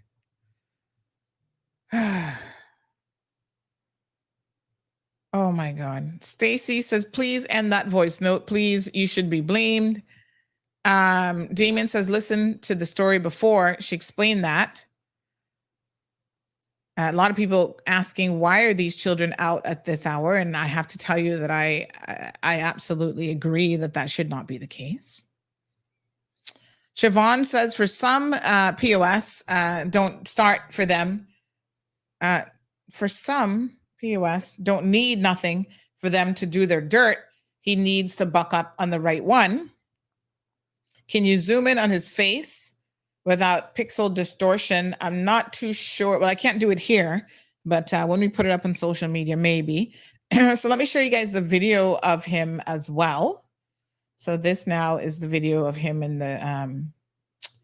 the police cruiser. So hold on one second here. 1 second. All right, so this is him sitting in the police car, chat. Little scruffles, little molester. Is that what you are? Look at him. Look at him. Fuck with them. My God, he got some nerves. Okay. Yeah, fuck with them. Wow. She should have kept recording him a little bit more, but what? Wow. These people are bold. You see? The whole system is designed to obviously make these little fuckers think that they can get away with some shit. Because they are beyond bold. Like what? Oh my God. Lord Jesus, please come over here if you're not busy. What about the poor child that they said she was drowned? Never heard anything more about the case. Which child was that? That was recent? I hadn't heard anything about that. Natasha says parents today are not responsible as our parents were. Sorry, and we had less obvious dangers to contend with. What a hot mess. Natasha's kaboom to that last column, Miss Darlene McKenzie. Manzanares. They're both Darlene's and both begin with an M, the last name. Amelia says it boils down to the parents. They allow it. The children's law speaks to neglect, says Miss Pat. Good morning, caller. This Andy, it's me. Hello, Johan. Why every time you want to call in the show, you're gonna ask for the number? You should have us on speed dial. I don't, that's special. What's the call in number? As much as you call in 936-2626. As much as you call in, you should save it. 936. Okay. So should I switch over? Or should I? No, it doesn't matter. We can hear you perfectly fine. Okay, Auntie Sandy, here's the long and short of it, right? Thank you for the work that you do in this space in particular. There's nobody else in the history of the Cayman Islands that gets it, that advocates, that champions, that highlights the bullshit the way that you do, especially when it comes to this topic, which is a epidemic. It is more prevalent than people want to admit. It is almost more prevalent than I don't know, diabetes or cancer in Cayman, because it happens everywhere all the time. And it doesn't matter if you're Caymanian, doesn't matter if you're white, black, green, or purple. We seem to be a haven where all of this stuff happens, right? My point being this: how in the world can the RCIPS let this guy off on a warning? What the fuck do you think is going to happen when he's free and able to do something and chase another set of children? And I only get vexed, you know why? Because the RCIPS spend a lot of time and money doing a lot of things, and not everybody in there should be a police officer. But if you have a man who obviously is, it's only by the grace of God that the lady at the Burger King thing was able to intervene. Nobody knows what would have happened. So what the RCIPS are doing is almost, we're going to give you a pass and we're going to let you off so that you could maybe have success the next time you feel like being a depraved pig. And that is what is wrong with Cayman, because if they can spend time coming to knock on your door about a complaint for something that you said, something that you wrote, or anybody for that matter, how in the hell in this country do we allow somebody who's obviously trying to harm children and do some really monstrous sort of stuff, potentially ruining their lives, how you get a pass? You get a pass on a traffic ticket. You don't get a pass on when you're trying to molest and feel up anybody's child. This shit don't make no sense to me. And yeah, Johan don't cuss. Yeah, Johan don't say this, don't say that. But at what point do the people in charge of the country, responsible for law enforcement, responsible for the courts, responsible for the DPP's office, responsible at the top of the civil service, understand we are waiting for something really bad to happen because one of those monsters is going to mess with you potentially, and God forbid, I wouldn't wish this on anybody. Suppose it was your kid or my kid. There would be no police. There would be no, I want to file charges. People like that deserve the harshest punishment possible. But truth be told, they deserve to be shot down in the street like an animal, because that's exactly what they are. Sick, depraved animals. As much woman or man that there is out there that might want to entertain and be sexually active with you, you got to chase people's children, really? And the best that you can get is a pass. I'm going to come back to say this. Not everybody in the RCIPS should be a police officer, whether they're Caymanian, whether they're from Jamaica, Barbados, England, or the moon, because you get a warning. You get a warning. Suppose that man shows up at some other event. I have children. One is old enough to handle himself. The little one, basically, he's figuring life out. But these animals need to be made an example of by the same law enforcement services that we have. They need to be made an example of by the courts. We need to amend legislation where there is a mandatory minimum sentencing guideline for anybody that is convicted of any sort of depraved sexual predator activity, where they serve a minimum 20 years. And I hope, and God forgive me, that those people are raped every hour on the hour, and that their lives are destroyed in the same way that they're seeking to destroy other people's children's lives. But we're not going to get to that because, well, it's not really a big deal. It happens everywhere. Our children should be safe in Cayman. And yes, Cayman has a lot of different people from all over the world. But Sandy, if you're not talking about this stuff, nobody else not talking about it. And that's why me and you have a million arguments, a million fallouts. There's some stuff that you do that I don't agree with. You know that. I know that. I know I piss you off. But in this space, this is why you are the people's champ. And I just don't understand. How does the RCIPS justify letting off a man who is chasing 3 to 4 girl children on a warning? Because if it was my daughter or my son or anybody that I care for, the only thing that person deserves is for you to go to their house and beat the living shit out of them and then call the police and say, justice has been served. And then you take a jury trial and you ask for a jury trial because there is no 6-12 jurors that are going to find you guilty for protecting your children and protecting your family, especially when the police decided to give this man a pass. They stop you for a traffic ticket and you got to pay money for that. And I get it. But for you to chase people, children, you will get a pass. Please tell me that I'm not the only person that is incensed by this level of slackness.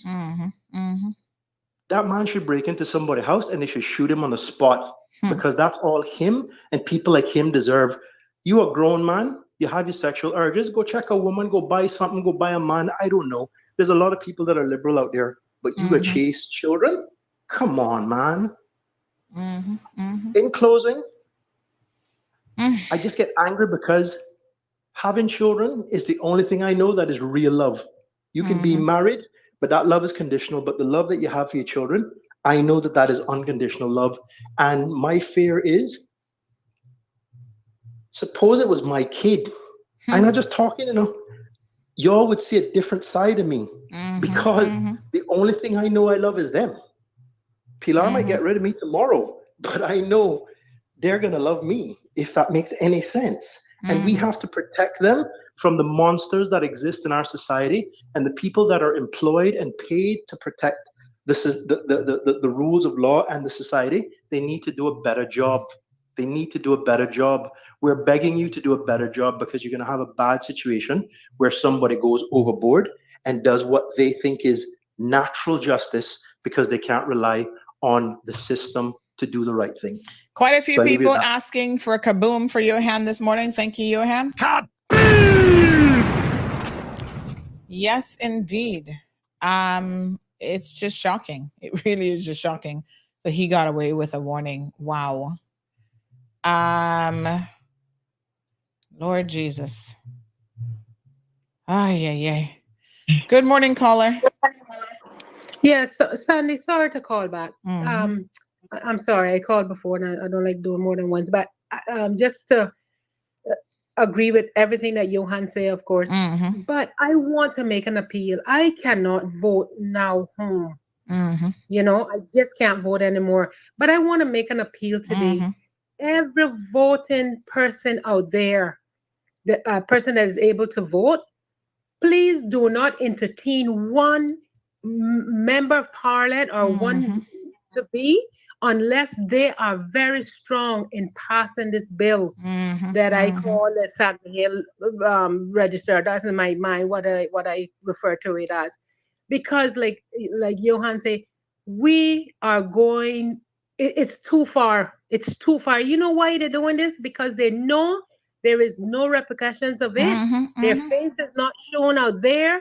They've not got a bullet through the head. God forbid. I do not. You know what I mean. I'm real upset now, but this is going too far. You know that this. I'm just sitting here thinking this could have actually been an adoption. That man could have adopted one of those young ladies, right? And yes, the police is at fault. Let me tell you, if anything else had went wrong there, they should be liable for everything that happened. And he needs to be charged. I don't care what anybody say. This is going too far. I don't even have the words to say today. This just irks me because for somebody to be so blatant to imagine, I just figured out how far he followed them. I wasn't in my mind. I just thought across the street. But when I'm looking down now and I'm That's saying, a good distance. This is a distance. Yes. And look what in between all of that. This is a lot of trees he was hiding. There's dark spots. There's a lot of dark spots there. And I'm saying, what was stopping him? He could have had buddies over there some mates would be over there to help him and take those young little girls. You know, come on now, Kim, and stop talking bull and get out there and tell those people you are not going to strike a vote unless you commit, and let them write it down. Let them write and sign it. Have it signed that you can have proof that they said they were going to pass this bill or law, whatever it is, to protect our children. This has gone too far. So absolutely, yes, and again, thanks again. You know, everybody knows how you stand about. Oh God, I can't even talk. I'm so mad today. For this to happen. Okay, so it's only what not even a year away. That is election, but they're gonna be popping around now for summertime. You're gonna see them popping around. Make sure that is top on your agenda for what you want them to do. Absolutely. Okay, have a good Thank day. you so much, caller. Appreciate it. I do see another caller was also trying to call in this WhatsApp number. So just a little friendly reminder that when it comes to WhatsApp, we can only take one WhatsApp call at a time on the line. So you can feel free to call back now. But we do have, my apologies. We, for all intents and purposes, have two WhatsApp numbers. The show number, you can call there. And of course, you can also call me on my personal number, which these people have been calling this morning. Good morning, caller. Welcome to the program. Hi, good morning, Sandra. I would like to congratulate you. You know, good topic you're talking about because it needs to be pointed out to the Cayman Islands. It is not a joke, and it's getting worse and worse. They're going to be following you in the bathrooms and stores, fosters everywhere. You go public places, they don't care now. Because they get in the way. It's a slap on the wrist. RCIPS, what you doing? Wake up, do your job. Stop sitting down, being on the phone, driving up and down, wasting government gas. Is nasty. They rampant, they walking up and down in the streets. They standing up by the schools. They looking. They are preying your children. It is not a joke. And I blame the parent too, because she is very in the wrong to have her children out there past 6 o'clock. When street light come on, every child's supposed to be where they belong, inside the house. I grew up like that, and majority of the Cayman Islands have grown up like that. I'm sure our grandparents have taught us better. When them street lights come on, you need to be inside. Bring your ass inside. Exactly. I agree. I agree, honey. Don't. And you know what I blame? I blame the work program or the immigration, because they are not doing the background checks. Call the countries where they coming from. Go do your background checks. Why are you all of a sudden coming to the Cayman Islands? Have you did your criminal record? No, they will falsify these information in the documents that you've given them on your application. They're gonna falsify them. You're bringing down predators, child molesters, rapists, everything, drug dealers, all them. They running from their country because they know Cayman is a slap on the wrist. Yep. That's why Caymanians cannot get a job. You bring in 40,000 people. Past 6 months, I guarantee 40,000 applications went cross. And Caymanians still sitting on the side of the road looking for handle. They're looking for a job to paint or just to do something. Just for something for feed their stomach and feed their little children. We cannot get nowhere. The church doors not open no more. You forget they closed now. You can go beg them. Half of the church doors, them closed. Pastors making $15,000. I tell you. I see one application put in for job for a pastor, $15,000 per month. Excuse me. Thank you, my dear. Appreciate it. You're welcome, ma'am. All right, more messages coming in. This person says, good morning, Sandy. Hope all that's well. Tell Mr. Scott the Health City is in the Caymans. That was a little joke earlier. Sandy, this man needs to be hung. But what the hell her children doing out at 10:30 p.m. and no adults with them? This woman is talking about her children on TikTok. What the fucking hell? I'm hearing as crap. Okay, my 18-year-old can't go out by herself. So what the hell is going on with these adults? Cayman Bay says no children. So why are they breaking the rule? Well, no unsupervised children. Again, I don't know why that adult had to leave or what happened there, But again, that adult, I think, was being wholly irresponsible. And I think it was Marshall that made the point that there's some serious questions there for that adult. He said the person that was watching these kids is very careless. She should have never left until the other parents got there. If she's leaving to take the other kids with her, very careless indeed. So I don't know, I as a parent, yeah, and I'm letting y'all take my child to Cayman Bay. First of all, I'm sorry, bitches, I'm gonna be there. But if it happened and you left, I would be pissed off at that parent too. I'd be like, what the hell? Like, seriously? No, sir. No. This is ridiculous. Cayman Bay says no children. Right. She wants her children to have freedom. What effing freedom is she talking about? She needed to be with them. Sandy, that mother sounded like she needs to have her head checked. Who is this guy? He's going to stick up his finger and then get a buddy pass. What a hot mess.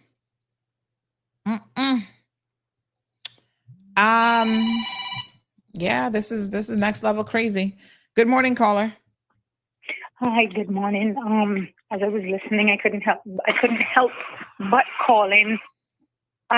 Johan touched on all of the points, but just to elaborate on the absolute disgust, dismay, distrust, everything imaginable. I am not going to jump on that parent. I am going to say my child will never, as long as I am above ground and my good senses, that will never be any of my children. Out past this, out past that. I don't allow it. Cayman Bay, like many people have said, Cayman Bay has set their rules that children are to be there supervised. I think that's barring a very special occasion, Christmas, an event, whatever, children need to still be getting to bed at a reasonable hour. Again, I'm not here to curse or criticize that parent. People make decisions in the best interest of their children that they believe are right, and I am not here to criticize that. I would not have done it. I would not have done what she had done. And shame on the adult who left them there unattended. I don't care if they said I was on the cul-de-sac coming around. Shame on them. I don't even put children in my vehicle who I have not received express permission in writing from their parents that I am able to give them a ride. I will sit and wait for your parents to come for you before I put you in my vehicle without their permission. My dad always says, I know what I do. I don't know what they do. If you want to see, if they want to see you, tell them come to your house. I know what happens here. I know what happens here. Right? But to even further elaborate, I do not know. I have no idea. And this incident needs to be raised to the commissioner. Why was this man allowed to walk with a warning? Why? These are children that he did this to. If this was an adult, they would have been able to press charges and the police would have no remit. They would not be allowed. That is stalking. We have stalking legislation that Parliament works extremely hard on. Yet you have a man who is openly stalking children where a number of adults were able to see and intervene. Thank God for the person who decided to phone the police. But I mean, if we're not protecting our children, who are the most vulnerable in this society, then who the hell are the police there to protect? Who the hell are they there to protect? I don't know who that mother is, but I just want her to know she needs to demand, under no circumstances, settle for anything less than that person to be arrested and charged with stalking. Let a jury in this country or a judge in this country determine and decide that he is not guilty of of that allegation. Because this is simply beyond me. If we are allowing these types of major crimes, I am going to say that is a major crime. Look at the statistics of how many, particularly women and children, are killed because of stalking, domestic violence. I'm sorry, this is unacceptable. This to the highest degree. Where the hell are the minds of these police to let him go? But like Johan said, they will write you up and hold you to the heavens for a ticket, for a fine. But we are failing to protect. people in general. I mean, these were children who could not defend themselves, could not speak for themselves, had the sense and presence of mind to know that they were in danger. Just think about the distance that this piece of absolute rubbish, he should be crushed in the garbage. And I'm talking about in the garbage up there, and just nobody needs to look for him. We need to know who he is. His name needs to be put out there. People need to know who he is. Who are we protecting by hiding his name? I don't recognize him, but I can surely tell you what, if I did, I would let everybody know.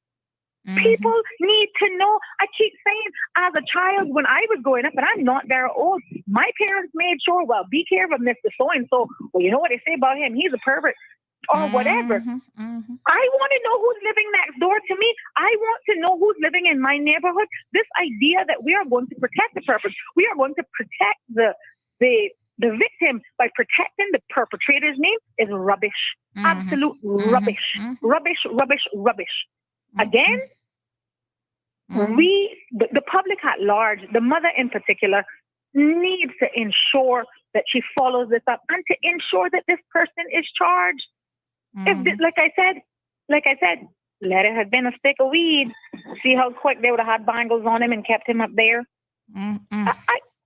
We need answers. We need answers. Sandra, I leave it in your capable hands. But again, I'm imploring the mother, if there's anything that I can do, please pass on my personal details to her.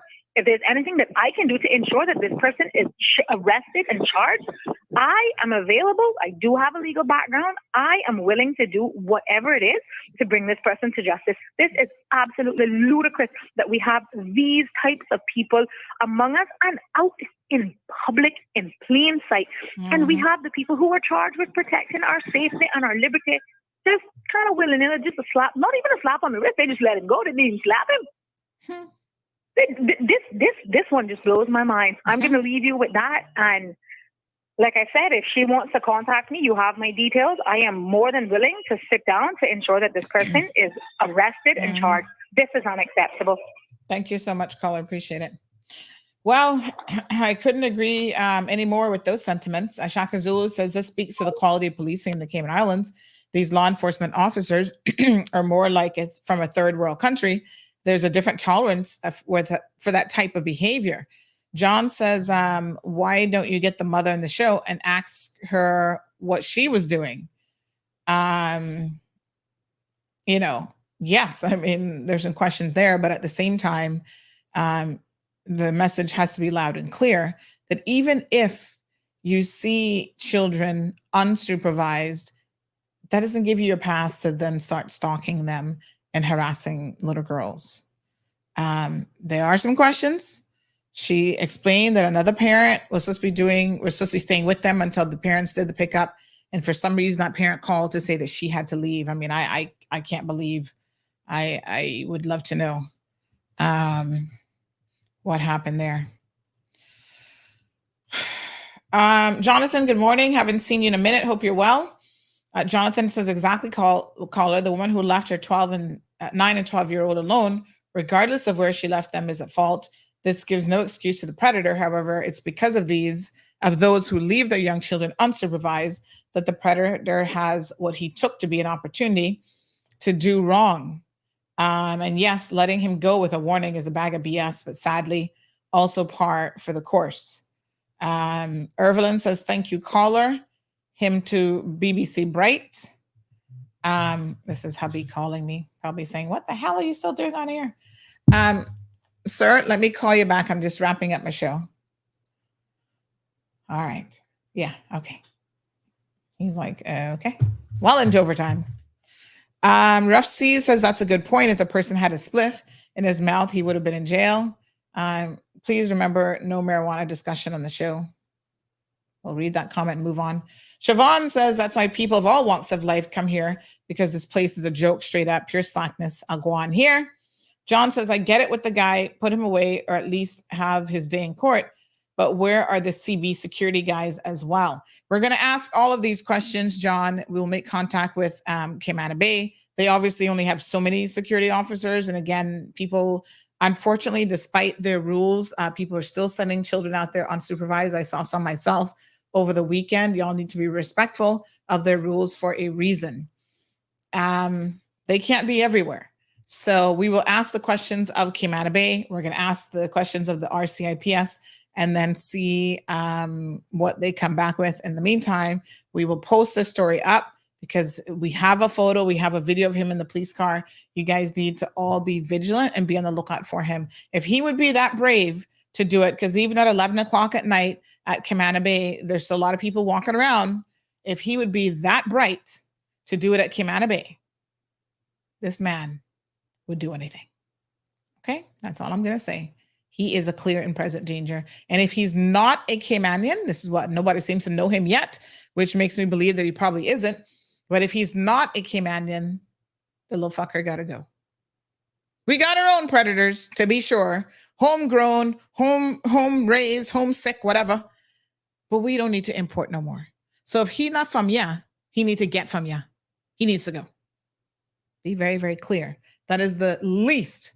So I suspect in short order, somebody, once we put this up on social media, will be able to identify who this man is and whoever has his work permit. If you don't cancel it forthwith, WRC better step in and do something. Somebody better do something. I want to share another story with you guys briefly to show you the slackness that is happening in this country. And again, I don't want to pick on the RCIPS, but if you deserve constructive criticism, then you're going to get it. This story dates back. I'm trying to remember. Let me ask the mother to remind me when this was. She did tell me about this. Let me see here. So this is what happened to her son. She said, my son was running around her neighborhood. A car kept creeping up on him, past him, and then circled again. My son stopped and came into our yard to do some exercises. The asshole stopped in front of my house, called my son, and started talking to him about his physical appearance and if anyone was at home, etc. My son snapped a picture of his car license plate, and that's how we were able to ID him. By the time my son got into the house, he drove off, was reported to the police, and them in their stellar performance gave him a warning. Wow. There you go. There you go. Asking the man, asking the little boy, and I forget how old he was, but I think he was a little bit older, maybe 15 or 16 or something like that, but still a child, and asking him questions about his physical appearance and so on. I mean, really? Y'all must be crazy. Y'all must be crazy. Seriously. Boy. I don't want to say too much, because then when I have to murder somebody, y'all gonna say, well, Sandy did say she was gonna kill a bitch. But y'all know what the score is. Yeah, there's certain things you cannot tolerate. Believe me, you. Yeah. This is what's happening out there, folks. Yeah. This was, I'm trying to look at the date to see when this was. I'm trying to see. I'll have to go back and have a look and see. But anyway, this is the foolishness that's going on in our community. So your children can't even walk around the neighborhood and feel safe anymore. You know, they have to. They can't go out for exercise or anything like that. They have to be concerned about who is stalking them. Wow. All right. I can't remember exactly when it was. The mother of this case said he was imported as well. That's all I need to say from next door. Yeah.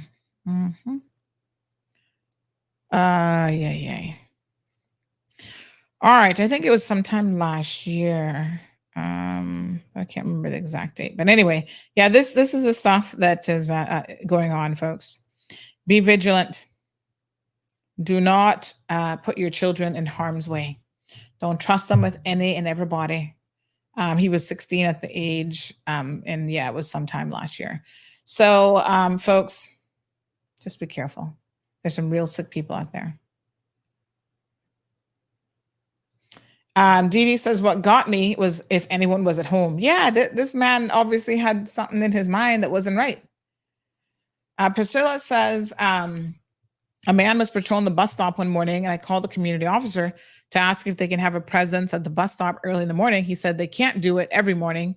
And I ride to accompany my kids there. Really? They can't have a safety officer or community worker at every bus stop. I mean, you'd be surprised the people that would volunteer to even do that job, like elderly seniors who just want to have a purpose to get up in the mornings and go out of their houses. I'm surprised that was the response, is that there's not enough staff for that, because I think they could have a lot of volunteers. Faded Mary Jean says, then these things really happening in Cayman? Yes. That's why it's very, very important for me to educate all of you as parents. And it doesn't have to be your child for you to be willing to look out for them, right? Any children, you have to be willing to look out for. If you see something going on with a child, ask them if they need help, reach out to them, because a lot of children could be in present danger right in your presence, and they might not express it, but you've got to pick up on the body language and so on. All right. All right, folks. That's the end of today's program. Thank you guys so much. Jordan says, #bring back the gallows. Couldn't agree more, but we know that's not going to happen. We do fall into the UK after all. So thank you, ladies, very, very much. And ladies and gents, for your continued support on this issue. And Priscilla says, little girls walk into the bus stop alone in the morning. Again, these are the things that parents are concerned about. Try to have your children walk. There is some safety in numbers. So if your child has to walk all the way, up the street and around the corner to get to their bus stop, try to coordinate with people in the neighborhood to see if you can't have them walk together.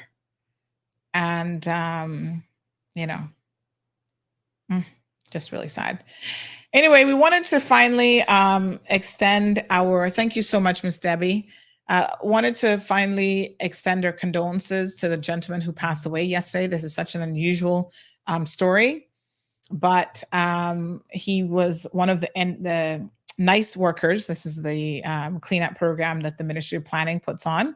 And he was working and just collapsed and basically died. Very, very sad situation. And we just wanted to extend our condolences to his family. I think it's a Silburn family. On the loss of your loved one. Wow. So the NICE program is available and open to unemployed Caymanians and unemployed spouses of Caymanians who possess skills, they say, in repairs and maintenance, gardening, garbage collection, and cleaning parks, and so on. And a lot of people use this. Even sometimes people are employed, but they might make more during this 2-week period, or even at Christmas, they need a little bit extra change. They will, go out there and participate in the NICE program. Normally it's just for a couple of weeks, and they get some extra money for those couple of weeks. And poor fella passed away, died and dropped down dead, and that was it. Life, honey child, you never know. You never know. All right, good folks. We'll catch you tomorrow morning, 7:30 in the morning. Until then, you guys be safe and have a good day. Thank you for tuning in to another episode of The Cold Hard Truth on Bobo 89.1 FM. Cayman's #1 talk show is live weekdays from 7:30 a.m. Never miss an episode again. Watch anytime on CMR's Facebook and YouTube channels for the latest show episodes. Don't forget to follow us online on our social media channels. And visit CaymanMarlRoad.com for all the latest news and community happenings.